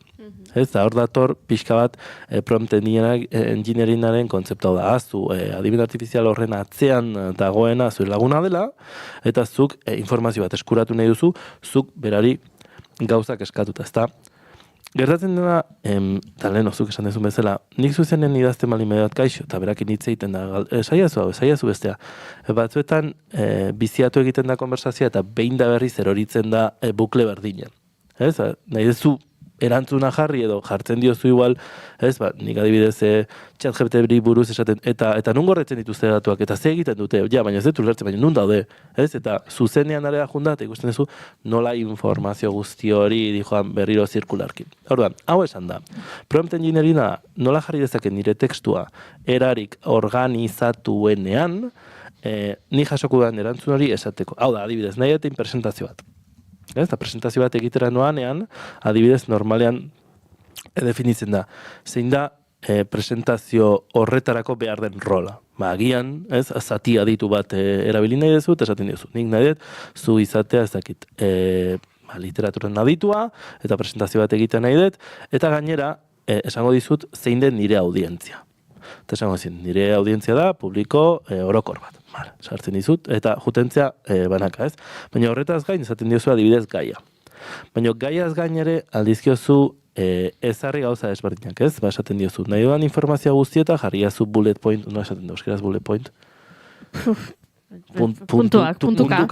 Puntukako informazioa jarri diazu, jarrizkiazu irudi batzuk, bineta bezala itzultzen du, baina berez eskemate egiterakoan puntutxo horiek ez, gidoiaren ordez jartzen dugun puntutxo horiek. Ordan, azkenean, zugutentzea nolabait espezifikatu nahi izatean, eta atera diezazuke horrelako lehenengo irudi bat. Asko gertatu zaitena nik prompt hori sartu izan dudanean, izaten da, ematen dizkizu horrelako informazio konkretu batzuk, baina esatizu. Ez, mesedez, sortu idazu presentazioa eta horrelaia horren gainean juten ez da gero nila disiot, eta beste buelta bat emango diot, ze azkenean presentazioa bera bakarrik ez duitzeingo zuzea garrantzitsua, presentazio horretan. Horretaz gain, aldizkiozu gauza gehiago eskatu. Aldiozu esan, orain bihurtu idazu hau PowerPoint batean, eta normalean, esaten dizu, hau da zure kodea, ejekutatu barezu, eta horra azten da jendea pixka bat, hemendik aurrera ezakin nola jarraitu, Eta orduan esaten dizu, erabili beste programa hau, eta erabili beste programa hau, eta erabili beste programa hau, Eta horra azkenean, pixka bat, galdu itenga. Orduan, nik geldituko nintzen zati hori ulertzen, eta gero PowerPoint egiten. Hori izan daiteke kasu bat. Beste kasu bat, proiektein, esan. Bigarren kasu horretara joango gara segitu, baina azken ordukoari heldu behar diogu, izeko 11 eta minutu bat ditugun honetan, Itxaso Leon Karegalan kidea Bilboko estudiotan dugu. Itxaso, egunon? Kaixo, egunon, jabe txikiek pertsona zaurgarriak etxetik bota ahal izango dituztela jakin dugu, EAJak eta Espainiako gobernuak erdietsitako akordioari esker. Izan ere, ezkutu soziala deiturikoaren dekretu aldatzea erabaki dute eta idazketa berriak salbuetxe egiten ditu etxe bizitza baten edo biren jabeak ahultasun egoeran dauden pertsonei, bizitegi alternatiba bat eskaintzeko bete beharretik, utzarazpena gauzatu aurretik. Jarraituko dugu honen inguruko xehetasunak ematen, baina bitartean beste albiste bat, Donostiako zigorarloko bat zenbakiko epaitegiak baliogabetzat jo duela Ertzaintzak 2021ko abenduaren batean Pasaiako Trintxerpe barrutiko Cannabis Club batean egindako sarrera eta miaketa. Eta absolbitu egin ditu 4 kide osasun publikoaren aurkako delitu batetik. Gipuzkoako fiskaltzak 3 urte eskatzen zituen 4 auzipetuentzat, elkarteko presidentea, idazkaria, diruzaina eta kolektiboko bazkide bat, guztiak Jon Raskin abokatuak defendatuak. Kasuari buruzko epaiaren arabera 2013ko irailean eratu zen elkarteak kalamo satiboarekin lotutako gaiak kidei azaltzeko ikuspegi zientifiko, legal, sozial, mediko eta artistikotik baita kalamoaren eta haren balizko aplikazio kultural, zientifiko eta terapeutikoen azterketatik ere. Ebazpen judizialak zehazten duenez, 2018ko abuztuan hasi zen polizia autonomikoa lokalean sartu eta ateratzen ziren pertsonen kontrola eta jarraipena egiten bizilagunek hainbat kexa jarri ondoren igiezinaren usaina zelata. Eta gaurkoan informazio praktikoari dagokionez, uneotan errepideak lasai ditugun arren, badugu aipatzeko kontu bat, 39 urteko gizonezko bat tilbaita astearte honetan Bergaran, oinezkoen pasabidetik kanpo kale bat gurutzatzen ari zela ibilgailu batek harrapatuta Bergarako udaltzaingoak jakitera eman duenez. Ez beharra gaur goizeko 7:04 gertatu da, Ibarra kalean Debagoieneko herri horretako irteeran eta ambulantziak eta osasun taldeak bertaratu dira orduan eta gizona suspertzeko maniobrak egin dituzte. Azkenean, tokian bertan hilda. Segizio judizial bat istripuaren lekura joan da gertatutakoari buruzko ikerketa egiteko. Honen inguruan berririk izan ezkero ere jarraituko dugu kontatzen, eta besterik gabe, hauxe oraingoz azken orduak eman duena. Eskerrik asko itxaso Leon, eguerdiko 12 helduko diogu informazioaren ariari sakonago, baina bitartean aurrera egingo dugu, eta aurrera egiteko nahi Elordi Hidalgorekin jarraituko dugu minutu gutxi batzutan, ari ginen prompt engineering inguruan, hortik abiatu gara beste hainbat gaietara, baina ari zinen azaltzen, nolait programari eskatu, hau egin, berak beste herramienta batzuetara jotzeko eskatu, baina bada bigarren modu bat, eta horre moztu zaitu. Izan daitekena, adibidez, kontrato mapi altzen dizue, lizitazioan mapi altzen dizue, eta lizitazio hori ikusten ari zaren momentuan, zuk aldiozu esan, zein da zure kontekstua, zertzaren zu, zenolako lan tipo egiten duzun, ez dut esaten inoiz datu personalak sartzea, baizik eta kontekstua bakarrik sartzea, ez esan unai Elordi naiz, eta hau da nire DNI-a, eta bakize, edo beste norbaitenak sartzea, ez? Zuzena ez eta bagia, ezakit. Garbiketako langile banaiz, eta kontratu hau eskaini didate, eta kontratu honen barruan jakin nahiko nuke ze klausula dauzkaten, ze gauza dauzkaten. Hau hartuta, orain nahi eta informazioa ez, horretan adibidez, adiben artifiziala nahiko ondo funtzionatzen dut, atera izkiazuk egin interesgarrianak dien zatiak, eta zeintzuk izan daitezkenez, adibidez, irakurri iezaidazu letra txikia. Kontratu bateko letra txikia. Eta zer esan nahi du letra txiki horrek? Ez da gian beste hitz batzuekin esan diezazuke orduan. Nik zuzenean hartuko nuke, dokumentu hori goko nuke, kontratu bezala, izenik eta gauza jartzen ez dituena, baizik kontratua edo, konbenioa, adibidez. Eta konbenio horren barruan, ez zuk esaten diozu, pentsatu zu abokatu bat zarela, eta zuk eukidezakezun arazo desberdinak, ez? Hori jarrita gero, prompt hori jarrita gero, sortuko duzu lehenengo hasieraketa horri. Eta hasieraketa hori egin ondoren aldizkio zuin galdera desberdinak, ez? Zein da eukidezaketen rango salariala. Eta nik 5 urteko esperientzia bali mauket zin izan ditke. Honek ez du esan nahi, esan galdetutako galdera guztien erantzunak zuzenean egia direnik, baina bai azkarrago lortu dezakezu lehenengo ideia bat, hizkuntza juridikoan, gauza asko ez ditugu lertzen, eta, bidea pixka bat errazteko, ez? Eta orduan, badaude kasistika tipo ezberdinak, hau dena egin alizateko, baina, jarraituta, generative guidelines hauekin, ez litzateke hartuko ez iturri guzti zehatze izango zen bezala, baizik eta erreferentzia bat eukitzeko zerbait. Orduan, nahi oso iruditzen zait oso lagungarri izan daitekela, bidaltzen dizue dokumentu bat, lizitazio bat, edo beste zer gauza, edo imaginatu enpresa sortu nahi ezula, eta iritzen zaizkizun dokumentu haien prozesaketa asko zera errezago batean egin dezakezu, eta era organizatu batean. Horrelatuko gauzetarako nik nahiko ondo ikusten dut, 1000 eredu daude, nik uste dut zuri zaila egiten zaizu zati guzti horietan eukitzea referentzi bat esaten den beti, ondo dagoela eta gero jazuk zure pentsamendu kritikoa zure buruan lantzea. Eta horrekin nik uste nahikoa izentzeko golitzatekela. Berez, nahiko naturala da, Bai. Baina pronten jenerik oso guai sonatzen du, ez da? Bai. Lan zikinak entzeko herramienta, nola bit esateko. Unai Elordi Hidalgo, plazer bat izan da. Gaur motz gelditu zait. Gaur motz gelditu zaitela. Bueno. Luze joan gara eta sarreran, luze joan gara. Kontu bat eta bestea. Hori ezkarela Goiuri Tapiok ez da baidan hasi Victoria Martinen nire iritziaren edo Indiokerren iritziaren edo bere iritziaren inguruan, ze bestela igual eguerdiuk amabiak emango ziguten. Ez pentsa. Ez. Bai. Unai, esan dakoa, baditugula gai mordo bat, eta tarte arteratzen duzunean, akaso, bai. Eta inork, ezagit, bere biziko beharra balimauko zerbait eta ez zite egiteko terapia, adimen artifizialari buruzko terapia egin nahi badu, bagian hori ere egin dezakegula. Ni kuriositatea daukatu nahi, 100 horriko PDF hori irakurtzen hasi, eta bigarren lerrora iristerako ataskatu nola egiten nahi zen ikusteko. Ekarrik aitzut. Eskerrik asko nahi. Goizeko 11:07 minutu entzuleok aurrera goaz hementxe bigarren kafean, segituan gure urrengo gonbidatua dagoeneko prest dugu eta bigarren kafearen laborategian.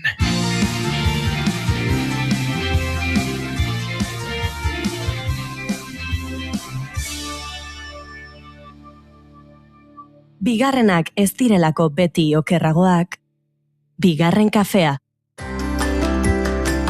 Aizu, baltzenekien oraindik ere hipoteka gastuak erreklamatu daitezkeela? Etxe bizitza bat erosteko hipoteka bat sinatu bazenuen 1995ko urtarrila eta 2019ko ekainaren artean, jar zaitez gurekin harremanetan eta erreklamatu alizateko behar duzun dokumentazioa zein den esango dizugu. Informa zaitez konpromisorik gabe. Emma abokatuak. 611-448-868.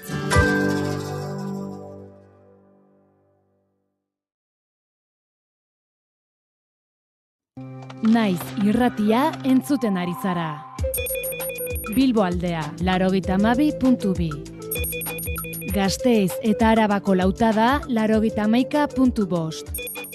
Donostialdea, 93.8. Gernika, 96.7. Leitza, 95.1. Bortziriak, 103.1. Urola, 91.8. Goierri, 102.2. Legazpi, 94.6. Naiz irratia.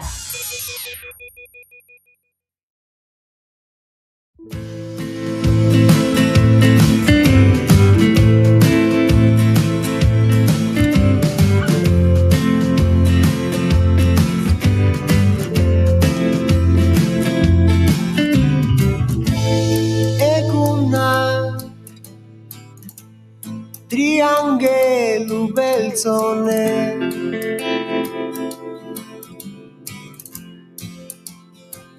Irentsita laguntza. Euskal gazteen artean, 5 batek osasun mentaleko asaldura bat du diagnostikatuta. Antxiolitikoen kontsumoa 6 aldiz handitu da azken urteotan, batez ere neskatoen artean. Zer gertatzen ari da? Nekatu honen hibernazioa.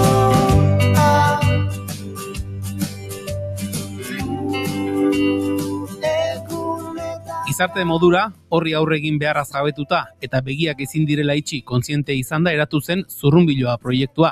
Eraldaketaren haizea bezala izendatu dute arduradunek.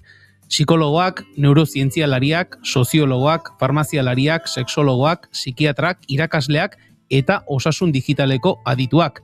Alor horietako hainbat adituk hartu dute parte eta gazteen min emozionalaren sustrai soziala agerian jarri dute. Eluiarrek sustatutako egitasmoa da Zurrunbiloa danok bat grupen babesarekin eta duela gutxi argitaratu dituzte kirolaren eta aisiaren inguruan egindako lanketa baten emaitzak. Hoiek aitzakia gisa hartuta, zurrunbiloa ezagutu nahi izan dugu, bigarren kafean eta horretarako Aitziber Agirre Ruiz de Arkaute gonbidatu dugu, Eluyarreko zurrunbiloa egitasmoko arduraduna. Egun honetan ongi etorri Aitziber.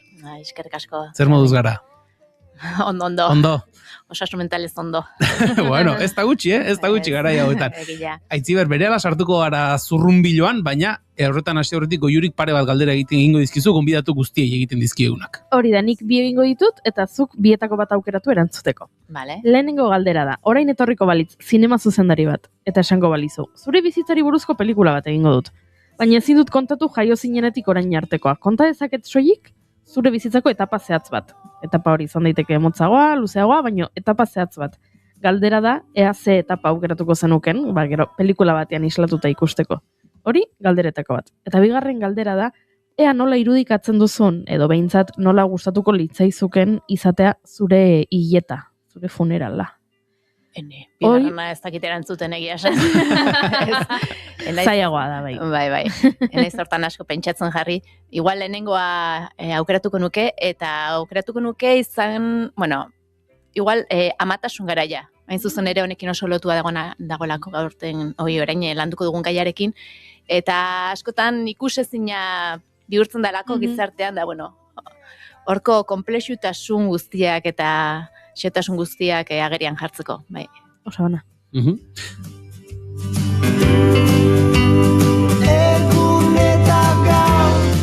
Horren bai, Aitziber, jada zurrunbiloan sartuko gara, sarreran aipatu dugu, eta zurrunbiloaren webunean ikusi dugun esaldi bada, eraldaketaren haizea bezala izendatu duzuela zurrunbiloa. Ez dakit, zerbait martxan jartzen denean izaten da askotan ez, behar bat edo zerbait somatzen delako, eraldaketaren beharra izan zen zurrunbiloa martxan jartzeko lehendabiziko txinparta?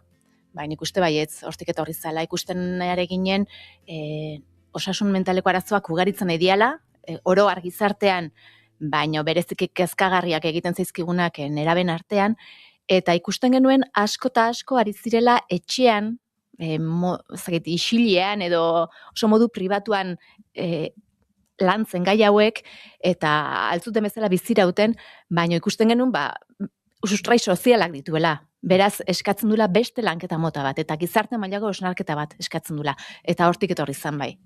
Diagnostikatuta bostetik bat aipatzen dituzue, horrek esan nahi du, askotan esaten da azken urteetan, diagnostiko kopurua ere areagotu dela, baina horrek aldi berean ere erakusten du edo esan gabeko formuan uzten du, gehiago ere izan daitezkela, diagnostikatu gabeko gehiago ere izango direla.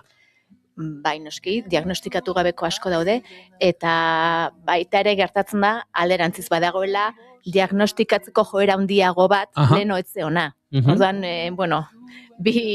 hori da, bi aldetatik etortzea, Joango gara sakontzen Aitziber, baina ikusi dugu alorra askotako espezialista edo adituak batu direla zurrunbiloa egitasmora, behin martxan jartzeko behar hori, ideia hori somatuta, nola joan zen forma hartzen zurrunbiloa? Lanketa konplexu bat eskatu zaigun, aditu askorekin bildu ginelako, eta esango nuke, igual konplexuena izan dela gazten ahotsa, ekarri nahi izan dugula, eta gainera ardigunean jarri nahi izan dugula. Askotan ari garelako, ez dakit nola esan, baina helduzentrismotik edo, esaten ze ikusten dugun gaztengan gaizki, ze arazo dazkaten, baino ez du entzuten, ez diegu ahotsa ematen beraiei, eta ustut, hemendik krisionetatik ateratzeko gako haundienetako bat izango dela gazei ahotsa ematia. Eta hori izan zen guretzat, igual konplexuena. Ez dalako erresa adituak eskuragarri dauzkagulako Eluyarren ez da gazteak baino zaila bezain emankorra izan da. Esango nuke hori izan dela potentzialik handien eman diona proiektuari. Gazte izan mandiegia hartzen diegu, beraien bizkar, beraiek gerozuk esan duzuna, ahotsik eman gabe. Claro, hori da, bai. Ez diegu azaltzen, zenolako presioak ari diran pairatzen beraiek, eta ze ondorioak dituen horrek haien osasun emozionalean eta mentalean.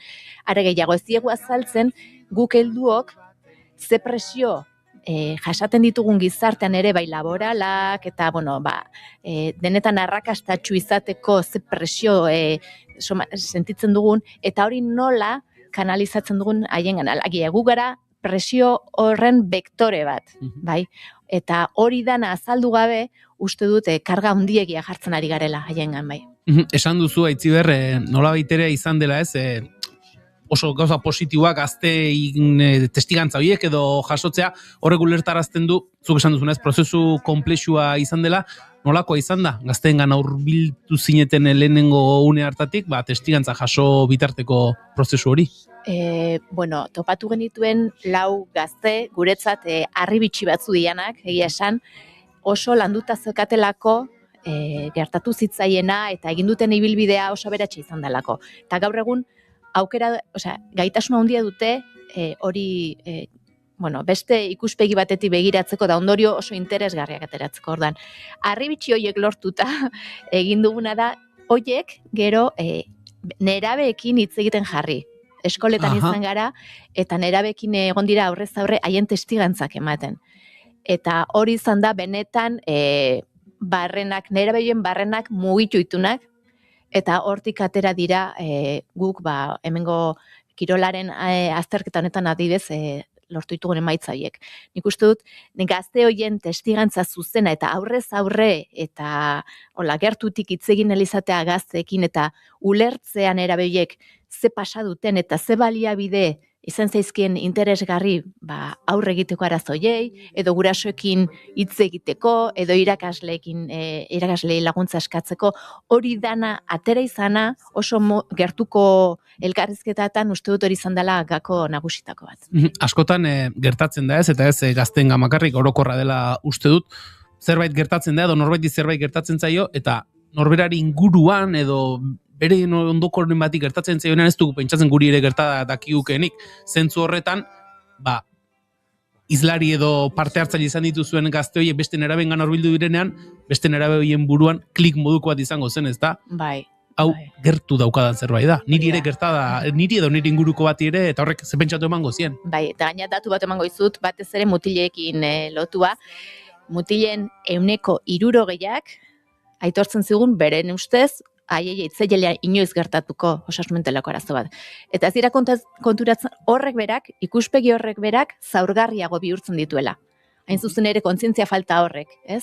Eta bai, nik uste dut aurrez aurre entzutea mutil bat kontatzen nola izan dan eta nola erori dan zulora eta nola bere zaurgarritasun guztiarekin konektatu behar izan duen hortik ateratzeko, hori mutilentzat oso baliotsua izan dela. Denentzat, neskentzat ere noski, baina esango nuke mutilek badutela hor behar handiago bat, gizarteak jartzen dizkien muga handi horiengatik, ez da beren zaurgarritasuna erakusteko jartzen dizkien zailtasun guzti horiengatik. Eta uste dut oso interesgarri izan dela bai. Bai, Aitziber, gizarte oso interpelatzen duen gai batei buruz ari gara, gazteengan fokoa jarrita, baina gizarte osoa interpelatzen duen neurrian zuk aipatu duzu, irakasleak, gurasoak, beraien aldetik ez dakit, prozesu hauetan ez dakit beraiekin hitz egiteko modua izan den, nolabait ere parte hartu ote dute modu zeharkakoan izan da ere?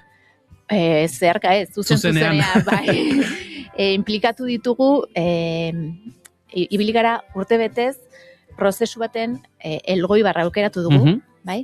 Eta hor, aritu gara gazteekin lanean dabiltzan eragile guzti hoiekin, talde hoiekin guztiekin, talde elkarrizketak egiten, bai guraso elkarteekin, bai irakasleekin, osakidetzako mediku eta erizainekin, kirol entrenatzaileekin, udaleko teknikariekin, aisialdiko hezitzaileekin, esan nahi dut, jende asko mugitu dugu, bai. Aipatu dugu, Zurrunbiloaren barruan kirola eta aisia izeneko lanketa bat egin duzuela, eta duela gutxi horren emaitzak ere azaleratu direla. 500 erabili baino gehiago hori egindako galdeketetaz ari gara, lerraburu bat edo sarrera moduko bat eskatuko banizu, lehenengo nola joan da, eta zein izango litzateke lerraburu bat, gero sakontzen hasi aurretik. Bueno, igual azalduko ditut zergatik egin dugun. Oso ondo. Ondo? Bai. Bai. Hasiera batean ez genuen asmorik kirolean zentratzeko, baina bai adituekin egin dugun lanketa hortan, bai guraso, irakasle eta eragile guztiekin egin dugun lanketan, eta baita gazteekin izan ditugun elkarrizketetan ere, ikusten dugu kirolak dakala osasun emozionala eta osasun mentala, gazteen osasun emozionala eta mentala zaintzeko izugarrizko potentziala. Ez bakarrik osasun fisikoa zaintzeko, hori danontzako agerikoa da, mentalarena ere, eta hori gero eta argiago dugu, baita soziala zaintzeko ere gaitasun handia dakala. Ikusten dugu, kirolak sortzen, badaukala gaitasun bat, ez dakit nola esan, pertenentzia sentsazio bat sortzeko gazteengan, taldekideengan, eta horrek ematen diela gaztei babes sare oso interesgarri bat. Beraz, ikusten dugu bere potentziala ze handia dan. Eta gainera Euskal Herrian, munduan oro har esango nuke, baino badauka estatus altu bat, bai? Beraz, gazte asko eta askok egiten dute kirola, eta ikusten dugu osasun mentaleko krisi honi heltzeko erreminta oso interesgarri. Baina aldi berean, iristen zitzaizkigun, behin da berriro, ez da, ideia batzu, printze batzu, baina kirola egitea osasuntxua da baldin eta baldintza honetan egiten baldin bada. Eta gaur egun, kirolak ustut badituela oraindik ere dinamika batzu aztertu beharrekoak. Bai? Orduan, guk egin dugu, dinamika horiek aztertu. Gazten osasun emozionalean eta mentalean kalte egin dezaketen dinamika horiek identifikatu. Ez daitezen pasa, askotan gertatzen da bezala, hori ikus ezin bihurtzen ditugula, ez? Normalizatu egiten ditugula. Ez goazen mai gainean jartzera eta kirolak dakan potentzial osoa baliatu ahal izango dugu horrela. Kirolak, ariketa fisikoa egitea beti esaten da onuragarria dela, baina epatu duzu beste ingurune batzuk edo beste esparru batzuk ere landu direla, ingurunea bera, kirola egiten den ingurune hori izan liteke beste, azpimarratu beharreko beste puntu bat, eta hor, lehen aipatzen zenuen ez, gazteak bai, baina inguruan dagoen jendea ere, izan kirol taldetako arduraduna, gurasoak beraiek ere, ingurune hori, mesedegarria edo ingurune on bat izaten ere badute beraien erantzukizunaren zatia. Bai, klaro, denok dugu erantzukizuna, ez da. Are gehiago esango nuke, kirolaren esparrua, kirol klubak eta oso kontziente izan behar direla, egiten dutela lan adingabekoekin, eta beraz, hezkuntza jarduera bat dala egiten ari direna. Eta ezitzaile bezala ardura bat dutela gazte hoiengan bai. Ondorio asko utziko zuten, 500 galdeketatik gora egin dituzue, honek luzerako eman dezake, baina ondoriok aipatzen hasita da, antolatu ere ontorioek gero webunean nola antolatu dituzuen ere adierazgarria da. Oso modu bisualean, ez dakit oso eskura jarri duzue, uste dut zentzu horretan ere, hartzaile askorengana iristeko oso modu bisualean, eta ondorioak oso modu argian azaldu dituzuela, eta horre ere badagoela lanketa bat ez dela izan emaitza jasotzea eta dozi modutara azaltzea, baizik eta emaitza horiek erakusteko moduan ere lanketa egin duzuela. Bai, hortan saiatu gara, egia esan datu pila bat azkaguet ez ditugu jarri webunean, oraindik lortu behar dugulako modu bat erakusteko eta ulergarri egiteko. Baina bai, hortan alegin handia egin dugu egia esan. Hor ikusten alde batetik, ezberdin du dituzue 3 esparru esango genuke, kirolaren presio dinamikak, inklusibitatea eta berdintasuna, eta klubentzako proposamenak, eta gero, dekalogo ezberdinak ere landu dituzue, ez dakit zentzu horretan, honek utzi dituen ondori hoiek, orain hemen geratzea zaratago, aurrera begira, jendeak esmateriala ere, gauzak nola egin behar diren edo egin beharko lirateken jakiteko material hori eskura jarri duzue. Oraingoz webunean dakaguna. Hori da. Baina, bentsat konsultatu daiteke edo. Bai, hori da. Eta gainera pres gaude edozein lanketa egiteko, taldekin da. Eta harremanetan gaude gainera eragile desberdinekin, bain zuzen ere gure asmoa badalako hemen kirolaren esparruan murgiltzen joatea, are gehiago, bai, eta zuzenean eragile hoiekin landu alizatea, guk hemen identifikatu ditugun, adibidez, 6 dinamika, presio dinamika hauek, ez da. Iruditzen zaigulako, ez dela erresa, guk hauek adituekin identifikatu ditugu, baina batzutan kiroletik datorren jendearentzat eta guraso askorentzat ere ez da erresa, ez da agerikoa benetan dinamika hauek ematen direnik. Orduan, hor badago transmisio lan bat egin behar dana. Zentzu horretan, pentsatzen dut, jaso diren emaitza hauek, klubekin eta, gurasoekin eta, elkarbanatuak izango direla. Ez dakit, zentzu horretan, somatu duzue, kluba, gurasoak badaudela kontzientziatuta, hau errealitate bat dela, edo oraindik ere urrun geratzen den errealitate bati buruz ari gara. Bueno, nik uste dut aldaketa handiak ematen ari direla kirolean, eta hortan dutela begirada. Egia da, abiadura desberdinak ikusten direla, klub batetik bestera oso desberdinak. Guk adibidez, Elgoibarren egin dugun lanketa honetan, bai ikusi dugu futbol taldea, futbol kluba, ja buru belarri sartzen ari dela lanketa honetan. Eta gure aditu horietako batekin, Iñaki Alonsorekin, trebakuntzak eta antolatzen ari direla. Ordan nik ikusten dut, hor dagoela, mugimendua egon badagoela. Bai. Zentzu horretan, alde bat izan liteke ez, horrelako dinamikak implantatu ez izatea, oraindik ere, ez dakit, beharrik ez dagoela ikusten delako, akaso gaurgaiak aldatzen ari dira, eta bestea, akaso, orain arte, hau bezalako baliabedirik ere ez dutela izan klubek. Eskura esan dut, intentzioa gogoa bai akaso, baina gauzak nola egin edo zer egin behar den, ez dutela jakin izan. Bai, hori da beraiek esaten dugutena, bai. Erremintak behar dituztela. Eta nik uste dugut gizarteak kontziente izan behar dela, ezin dugula utzi kirolaren gain egin dezaten dana, esan edet, askotan hezkuntzan hori gertatzen da, ez izugarrizko ardura jartzen diegu gure gazten osasun mentala zaintzeko, eta batzutan hezkuntzak esaten duguk hau dena ezin dugu zaindu, ez dakago erreminten nahikorik hau egiteko, eta kirola berdin dago, oraindik egoera zailagoan dago. Beraz, nik uste dut erakunde publikoetatik egin behar dela alegin handi bat hortan apoiatzeko eta baliabideak emateko, bai trebakuntza eta bai bestelako baliabideak emateko, bai. Gazteak erdigunean jarritari gara esan dugu, hasieran gazte batzuk izan zirela beste gazte batzuekin hitz egin eta beste gazte hoiengan klik bat eragin zutenak, kirola eta isien ere esaten ari gara, 500 galdetegitik gora erantzun direla, gazteek beraiek, ez dakit, ikusten dutenean beraien informazio eskatzen zaiela eta beraiek ekarpenak egiten dituztela, gazte beraiek horrelako prozesuak nola bizi dituzte? Ez dakit hori erantzuten, ez hori zuzenean galdetu, baina nik esango nuke gusto ebili diala lanketa hau egiten, bai.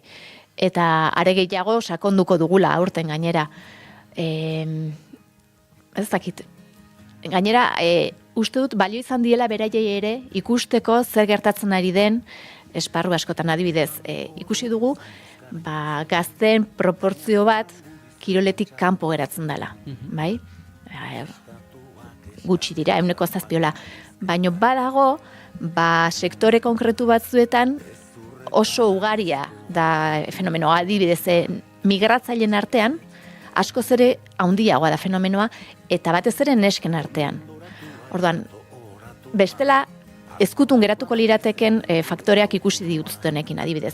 Gazte migranten, neskamen migranten 30% geratzen baldin bada kiroletik kanpo, eta ikusten baldin badugu kirola sozializatzeko eta babes sare sendo bat eukitzeko garrantzitsua dela, igual begiradamen jarri behar dugu, eta zertu beharko dugu zergatik ez dire iristen neska migrante hauek kirolera. Arrazoi kulturalak daude bakarrik, beraien etxeetan dituzten sinismenak dira bakarrik, edo badago beste zerbait zaindu behar duguna kirol klubetatik, eta beste gainerako gazteek ere zaindu dezakeguna hoiei bidea erresteko. Ikuste bereientzat ere baleiagarria dela, hau dena ezagutzea. Barrura begira zaratago, kanpora ere, nola erakarri, barruko funtzionamendua zaratago, kanporetik ere, jendea nola erakarri begiratzekoa da. Esan duzu, Aitziber, gehiago sakonduko duzuela, ez dakit, kontatu liteken erarte behintzat, zein izango diren mango dituzuen urrengo urratsak? Oraindik definitzen ari gara, beldurra ematen dite zehazteak, zeren gero espalitzaterako, baino hortan jarritzeko asmoa dugu, bai. Aditu ezberdinak, alor ezberdinetako adituak aipatu dugu hasieran, ibili direla eta dabiltzala zurrunbiloaren buelta honetan, pentsatzen dut, beraien artean ere, esparru ezberdinetatik etorrita, beraien karpenak egitearekin batera, beste alorretatik ere, jakintzak eta ezagutzak eta pilatuko dituztela, eta nolabait ere, osatzen edo gero eta handiago egiten ari den elurbola bate, osatzen joango dara adituien elkarlana? Bai, hori da. Gainera ikuspegi desberdinak dituzte eta osagarriak dira haien artean. Eta nik uste dut horrek ematen diola sendotasun handia zurrunbiloari. Hainbeste esparrutako jendea elkartu eta haien ikuspegiak transmititu alizatea. Zurrunbila.eus webgunean dago, aipatzen ari garen guztiaren inguruko informazioa, kirola eta isiaren inguruan egindako lanketa horren aipatu ditugun, nolabait ere zati ezberdin horiek, dekalogoak eta denak hortxe daude konsultatzeko, eta gero, atal bat ere badaukazue, norbaitek ez zuen laguntza beharko balu, zuekin harremanetan jarri nahi izango balu, bide hori ere erabili dezake, hori ere eskaintzen duzue. Bai, hori da. Eta nik animatzen dut jendea, benetan sartzea webunean, zurrunbiloa.eus webunean sartzea, eta kuskusiatzea pixka bat kirolaren inguruan topatu ditugun dinamika horiek. Ze askotan normalizatuta ditugu erabat, eta balio dute, uste dut, buelte bat emateko berriro. Guraso bezala eta entrenatzaile bezala zer egin dezakegun ikusteko. Askotan, badagoelako kirolaren esparruan, bezak nola, konplize isilak izateko joera bat, eta uste dut honekin hausten hasteko baliabideak izan daitezkela. Hemen topatuko ditugunak. Eta hori ez gaina aipatu dugu, lehen aipatu ditugun gazten testigantza horiek ere, hortxe webunean badaude, lehen aipatu duzu. Nerabe askorekin sentsazio izan duzuela, zuzenean parez pare hitz egiten aritu direnean, orduan eragin dila nerabei, egongo dira kaso nerabeak oraindik ere, dinamika hau gertutik ezagutu ez dutenak, eta hor ere badute, esaten ari garen honen inguruko zuzeneko testigantza horiek jasotzeko aukera. Hori da, nik uste oso baliagarri egingo zaizkie. Eta gainera, helduei ere. Hori da. Gazten ikuspegia jasotzea, uste dut oso interesgarria izango litzakela. Lehen esan dugulako, gazteengan jartzen dela foko eta gazteiak kaso, guk gainetik endu nahi ditugun zamak botatzen dizkigula. Hori da. Akaso gazte ginen esaten genuen, ni heldutan nolako izango naiz, eta jakingo banu heldutan nola izango nintzateken, gazteen ez ezagutza edo gaztea dira, eta akaso beraien bidea egiten ere, utzi behartzaie. Aitziber Agirre, ez dakit zerbait gehiago erantxinaiko zenuken... Eta karriko orain esan duzun honekin etorri zaidan kontu bat, esaldi bat. Askotan guraso bezala, espektatiba haundiegiak jartzen ditugu gure seme alabaingan. Guk lortu ez dugun hori beraiek lortzea espero dugu, eta momentu honetan espero dugu izatea arrakastatsuak akademikoki, kirolean, sozialki, danetan arrakastatsu izatea eskatzen ari gea, eta horrek presio ikaragarria sortzen du gaztengan. Eta uste dut, horri begiratzeko ordua iritsi dela. Ez direlako eta onartzeko gure gazteak ez direla kanpora begira sozialki erakusten dugun erakuslei hori. Kontuz horrekin. Uste dut, Goiuri Inigo... Hausnarketa honekin geratuko garela, eta hausnarketa berarekin agurtuko dugula Aitziber, mila esker, gaur gurean izategatik, eta tira, bigarren kafe baterako aitzaki ere topatuko du ziurre etorkizunean. Eskerrik asko, Aitziber. Bai, zuei, mila esker.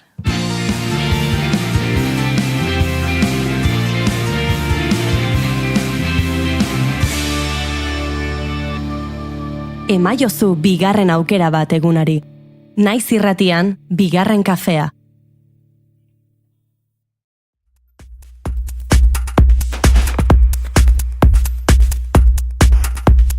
Nire izena da nerea, banator partekatzera nirea. Barrenak, barreak, barrerak, bardeak. Barrak bakarrak, niri laputa ribera. Erdalduna parrakan putarra parta euskal. Nerea maizkuntza feminismoa da eta gora eta zioen aitonak. Jazarri ninduen zenide. La Furiaren ziertuari gara entzuten, eta lehen ere aurreratu bezala, tartetxo bat hartuko dugu Iker Gurrutxaga lankiderekin. Atzo Gazteizko Jimi jazen ospatu eta hausnartu zuten gai honen, ospatu zuten edo egin zuten hitzaldi honen eta hausnartu zuten gai honen inguruan hausnartzeko. Spotify boikotak eta musika entzutearen etorkizuna. Antxe Doinu Apen Andoni, entzuten ari garen La Furia musikaria, baita Jon Basaguren musikaria bera ere, Julen Martin Larrinaga, Bimeko ordezkari gisa, eta etxe ontako, musika arduradun eta etxe ontako, saiontako laguna ere baden, Iker Gurrutxaga aritu zen hori guztia nolabait gidatzen, hori guztia nolabait, bideratzen, eta tartetxo hartu nahi genuen gaurkoan, atzoko hausnarketa horien inguruan, aritzeko Iker Gurrutxaga Zubimendi, egun honetan gitorri bigarren gafera. Ez dugu Iker entzuten, ara? Ja, badu mikroren bat edo konektatzeko. Segundutxo bat hartu lasai Iker, ez zaitu dugu entzuten, baina ulertzen dugu zure keinukeran denbora puntu bat eskatzen ari zarela. Bueno, saiatuko gara hori berbideratzen, baina esango dugu hausnarketa giro horretan, Jimmy Jazzek antolatu dituen konferentzia ziklo horren baitan, ez dago kerik zurik gabe izenpean, antolatu zutela Spotify, boikotak eta musika entzutearen etorkizuna, eta nik, Instagramera igo dituzten hausnarketa gutxi batzuk entzuteko aukera bera ere izan dut, eta segituan ikerrekin aztertuko ditugu hauek. Batzuetan kanpo sentitu garren ere herri honen alde. Ni ez naiz boleronen parte, zikintasuna nirekin orate. Batzuetan kanpo sentitu garren, ni ere herri honen alde. Ni ez naiz boleronen parte, zikintasuna nirekin orate. Batzuetan kanpo sentitu garren, ni ere herri honen alde. Suelta la mujer y arregale, suelta la mujer y arregale, suelta la mujer y arregale, suelta la mujer y arregale.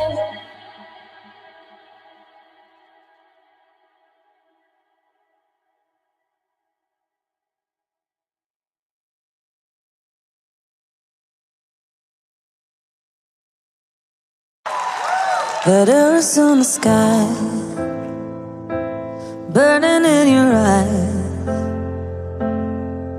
You look at me, babe, I wanna catch on fire. It's buried in my soul, like California gold. You found the light in me that I couldn't find. So when I'm all choked up but I can't find the words, every time we say goodbye, baby, it hurts. When the sun goes down and the band won't play, I'll always remember us this way. Lovers in the night, poets trying to write. We don't know how to rhyme, but damn, we try. But all I really know, you're one. Tira, lortu dugu Iker Gurrutxagarekin berriz ere konektatzea, eta beraz, agurtuko dugu Iker Gurrutxaga, egunon. Orain bai entzuten zaitugu, eta tira, aztertu izango dugu, atzo nolabait aztergai izan zenuten hori, aipatu dugu Spotify plataformak, boikotak, musika entzutearen etorkizun hori, eta nolabait horre, musika industriaren esparru ezberdinak, batetik kazetaritza musikala zerorrek ordezkatuta, naiz eta moderatzaile lanetan egon, nolabait horre ordezkatzen zenuen ere puntu hori, baina tira, aipatu ditugun Julen Martin Larrinaga, Bimetik, bi musikari, La Furia eta Jon Basaguren, Doinu Apeko Andoni, astego eta behin, nondik labur bilduko zenuke ibili zela hausnarketa horren giro edo.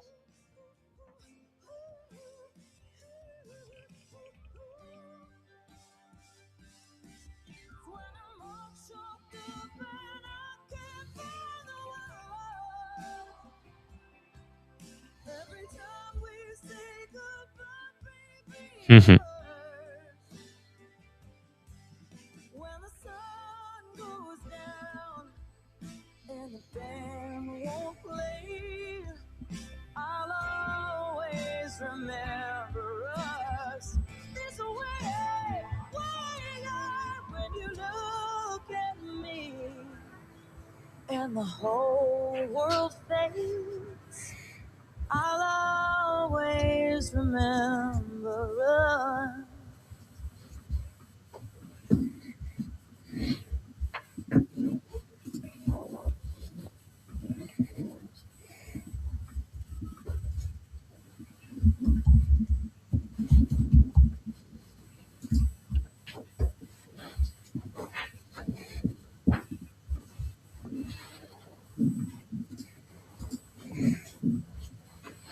Gainera, konplexutasun hori ziurrenik ari da edatzen, ez?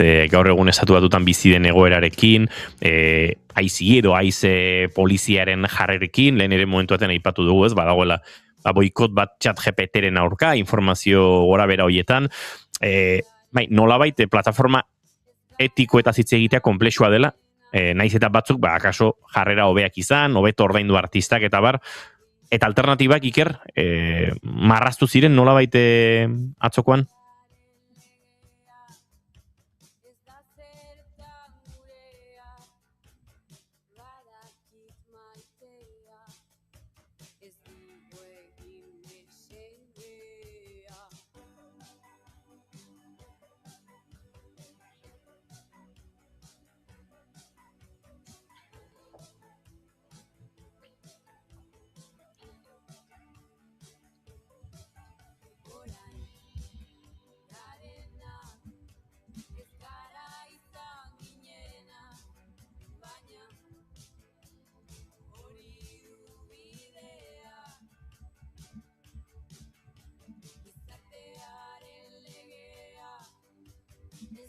Oso gutxi.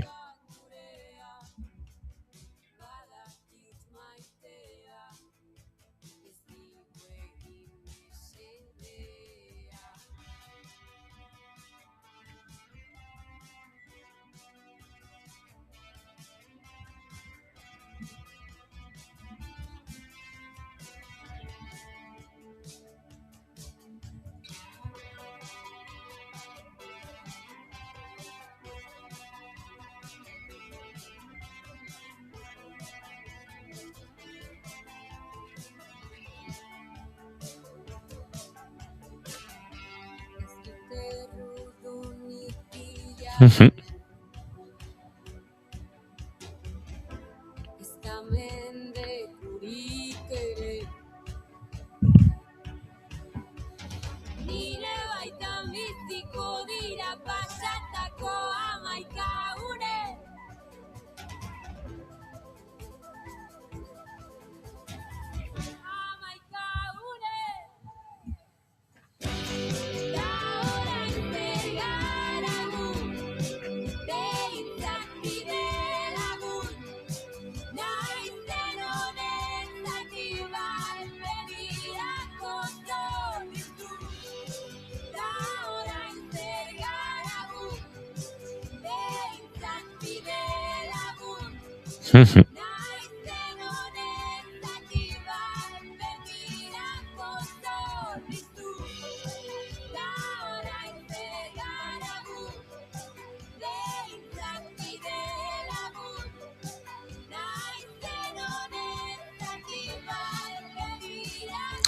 Bai, niri burura torkidana da, bueno, proposamena izan daitekela baleko xamarra, egia da, Bandcamp bezalako plataformetan ere badagoela, ez, doaitz horiek egiteko aukera, badagoela, bueno, kontestu etiko xamar batean musika entzuteko aukera eta bar, baina badakit boikote Spotifyren kasuan gertatu zela gauza bat, ez, eta dela artista askok, bueno, ez dutela ikusi, hor galtzen den hori ordaintzeko gogorik eta aplikazio doako batera jotzerako orduan galera hori ere hortxe dago, ez dakit.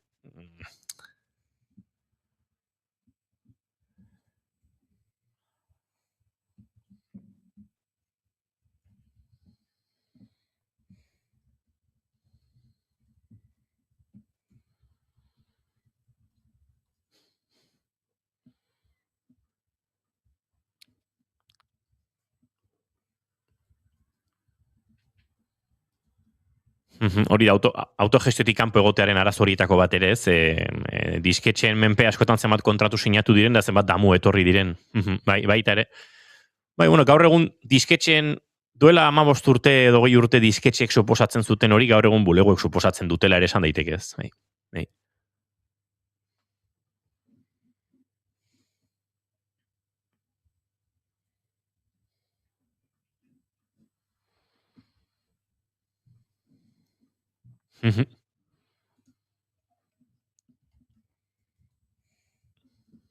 Eta badokari da bere hardware hori nolabait, bere software hori barkatu berritzen eta pixkate erabiltzailearentzat erosoagoa egiten, ez?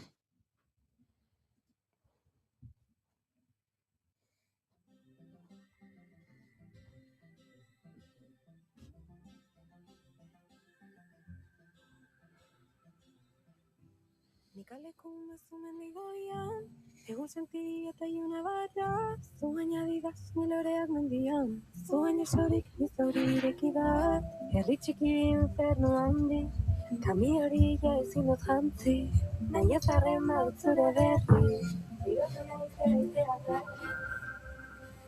Tadio kalperik pasade egun denbora zerbaita agian, baina zure horrena da nire momentua ez dira berdina, ez dira berdina. Aizu Iker, atzo Jon Basagurenek ironia puntu batekin esaten zuen, ez? Alternatibetako bat badela diskoak eroste, ez? Eta uste dut hor ere badagoela, bueno, azken urtetan aldaketa bat, batetik viniloak egin duen gorakada hori, eman zaio viniloari ez dakit, kolekzionismo, luxu puntu, etorkizunean vinilo bat entzuteko traste bat izango duen horrek erosten duela dagoeneko diskoa bera, oraindik hori entzuteko aukerarik ez duenean. Ez tokiko. Bueno, sumitzen nuen zuk izango zenuela. Ez zegoen niri gauza bera pasa zait, banuela gailu oso kaskar bat, eta urte eta erdio bi urte pasan ituela, diskoak erosten eta eurak entzun gabe gailu on bat izan bitartean, bai.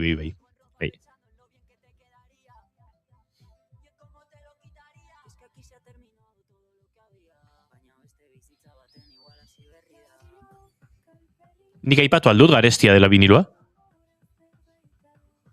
Dos, bai, bada pixkat selektuagoa edo hortik, bai, mez.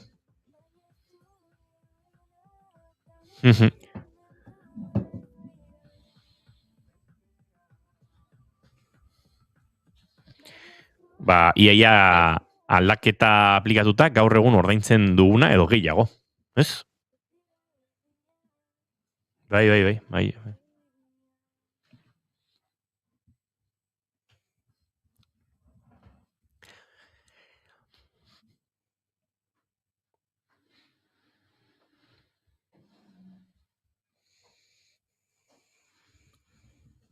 Hogei oinarrizko prezio esango dugu, ezta? 20tik 30 hori da, bai.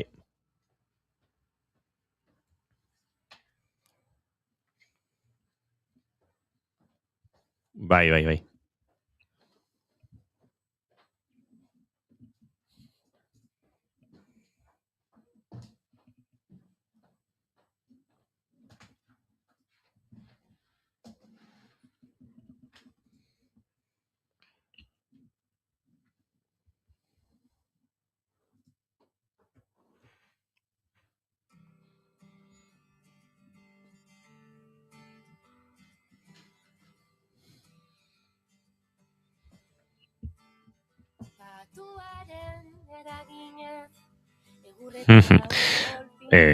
Nik uste gure inguruan desentek bataz beste aztertuko bagenu gutxik. Ez dakit, askotan gertatzen zaigu, ez?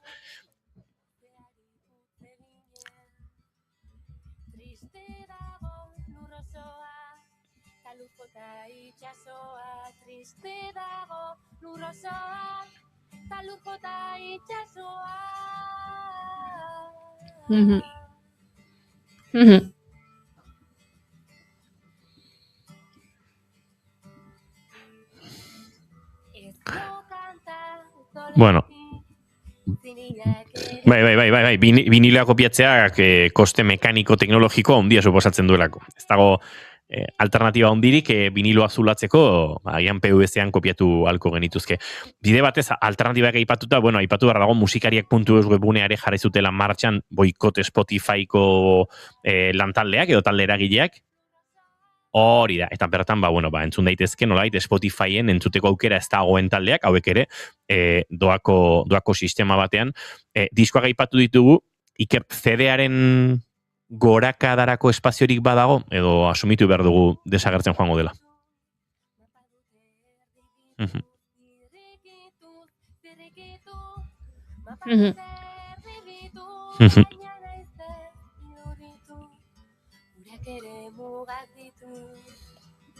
Triste dago lurrosoa, ta lujota itxasoak.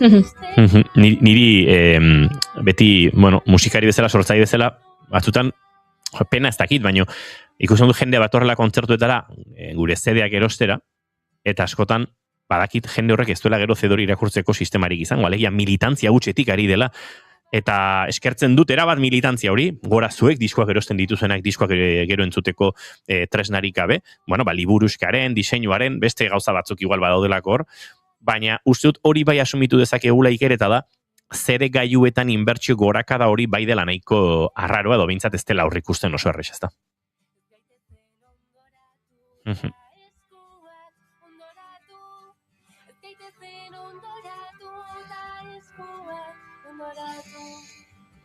Ja, pentsa.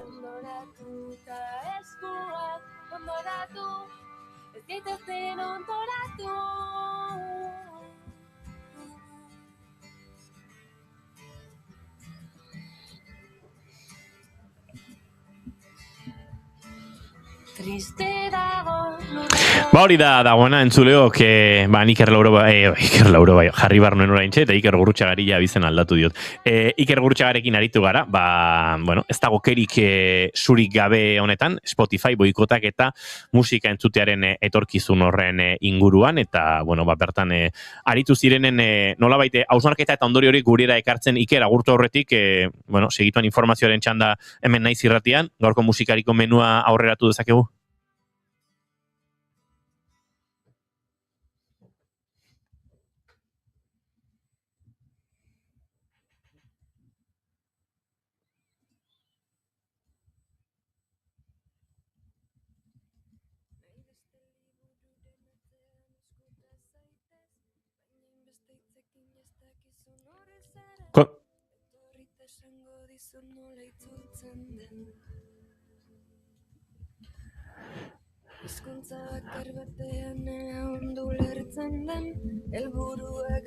Ziur besarkada bana Ritxi eta Olaiari gure partez, Iker, eta eskerrik asko zuri gurekin tartetxo hartzegatik.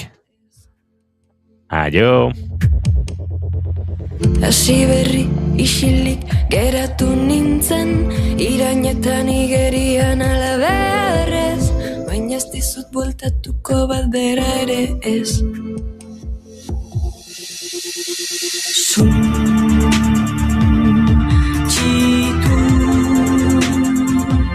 Nazazu albazu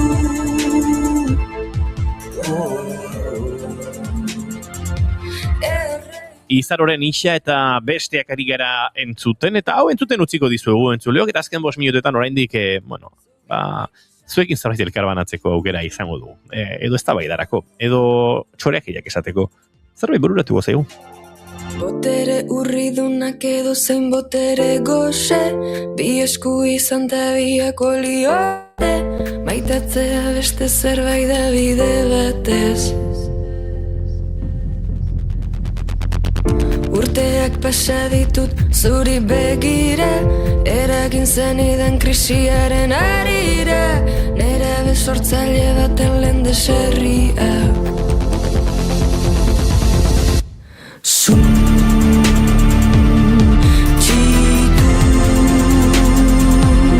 Nazazu albazu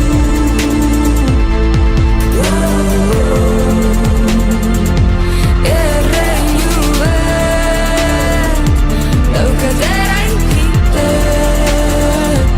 zugandik salbu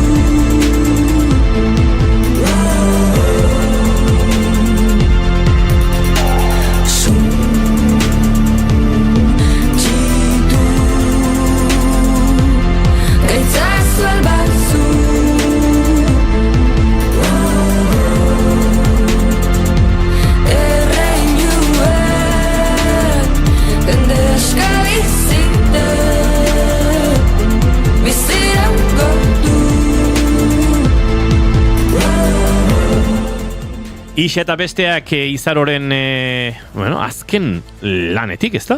Hori da. Horrentxaren nintzen pentsatzen. 0 de enero diskotik. 0 de enero birak egin zuela, bueno, bere mendi igotze jaitxiera ura. Hori da. Eta gure esate horretan, badakigu Izaro tarrak lanean aritu direla. Hori da. Ez dakigu, Noizko dastatuko ditugun gaietak. eta zer, gaietak izango dira? A ber, hemen gauzatxoak deno dakizkigu, ez? Horre... Ez dakit. Ez dakizu? Nik ez dakit ez. Zuk ez dakiz ezer. Ez. Baina, bueno, espero dugu, berak ez zuen esan, maiatzaren 31an egin zuen beken azken, hola, kontzertu potolo ura, gero uste dut pare bat edo Hego Amerikan egin zituela, baina berak ez zuen esan betirako uste zuela musika. Hola, deskantxo txiki bat hartuko zuela, eta orduan, pues, aurre ikusi daiteke egingo duela beste gaietaren bat, ezta? Bai, nik esango nuke 2026-rako gaieta datu zela, ez? 2026-rako? Ez? Ja 2026 gaude. Ja, ze gauzak, Ia da, badudela artistak eta izaro beti horietakoa izan da, bueno, beti da bintzat azken lanetan, aurreikuspen ondiarekin lanak egiten dituena. Gauzak ondo neurtu, estudira sartu, gauzak grabatu, nahastu, bideoklipak prestatu, eta gero... Igual aurten ez? Bai, aurten bai. Nik ez daukat ideiarik ere. Enaiz galdetzen ari, hain naiz hausun hartzen. Ez, aurten bai, baliteke, ez dakit. Ni ala ere badakizu zeinen zainagoen baita ere? Ibilbeditarren zai. Berak ere ibili dira estudio giroan, ez? Bai, eta esan zuten aurten hueltatuko direla, baina bi data aipatzen zituzten. Uste, esan ez dakiz zer eta esan ez dakiz zer, uste dut horrelako zerbait. Baizu, gaur San Blas eta etzi Santa Geda. Baina zan, esaten zutela, Otsaieko data bat eta azaroko data baten artean bueltatuko zirela. Otsaia eta azaro artean urte osoa da hori? Baina ja hasi gara. Ba, da. Aria otsaian gaude. Bai, eta azaro arte itxaron behar dut. Jakin nahi dudana da, noiz aterako duen ibilbedik urrengo diskoa. Eta izarok ere baize. Nik esango nuke, biak ala biak aurten, hori badakigu. Bueno, ez dakigu ibilbiderena. Izarroren ez dakigu, baina... Baina bai, hor filtratu dira estudioko gauzatxoak eta auta beste eta ibili dira eta dabilenak zerbait dakar. Julen. Ondo hori zarete, Arrasta ondurik eduki gabe, edo takizun guztia kontatu gabe, hemen esaten demezela jaipa sortzen. Bai, bastante jaipero jarri gara. Entzuleok, ez dakigu zer ekarriko den 2026ak, baina nik apostu egin barko banu, ibilbedi eta izaroren disko bana maiganean. Olat Salvador? Ez dakit? Jarri du zerbait bere sareetan? Ez, niko isili dabil, eta horrek pentsatzera ematen dit. 2024an zainak eman atera zuen, iraia partean, eta nik esango nuke aurten ere olatzen zerbait badatu horrela. Hau da, zure teoria da, isilik daudenean zerbait datorrelako da? Bai. Eta ez da kontrakoa. Oda, sareetan mugimendu asko sortzen ari dira. Ola Salvador baditu kontzertuak orain, ez? Laizter ez dut Tolosan jotzen, okorrez panago? Bai. Martxoan. Laizter. Bai. Ego hilabetera ari gara gauzak iragartzen eta sarrerak erosten, eta martxoan jotzea da, bihar jotzea bezala. Bai, egia da, gaur egun ja hilabete. Bai, gaur kontzertu eskaini dute abenduaren 18irako eta niri buruak krak egin di Julen. Bai, abenduak 18 kontzertu bat. Wow. Ez sarrerak salgi jartzeko, baizik eta, ja aurreikuspenarekin programatuta.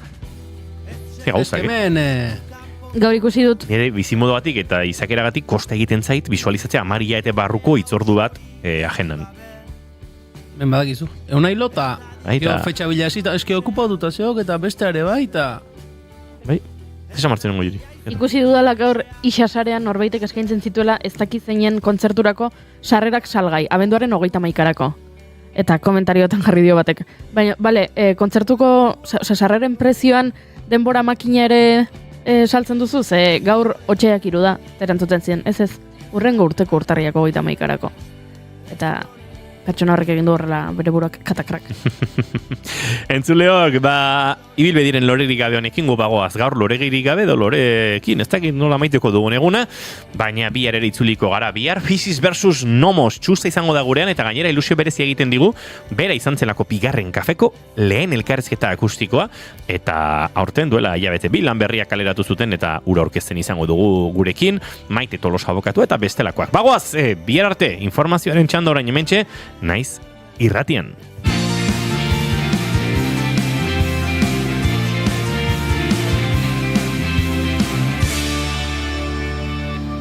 Keep calm and bigarren kafea.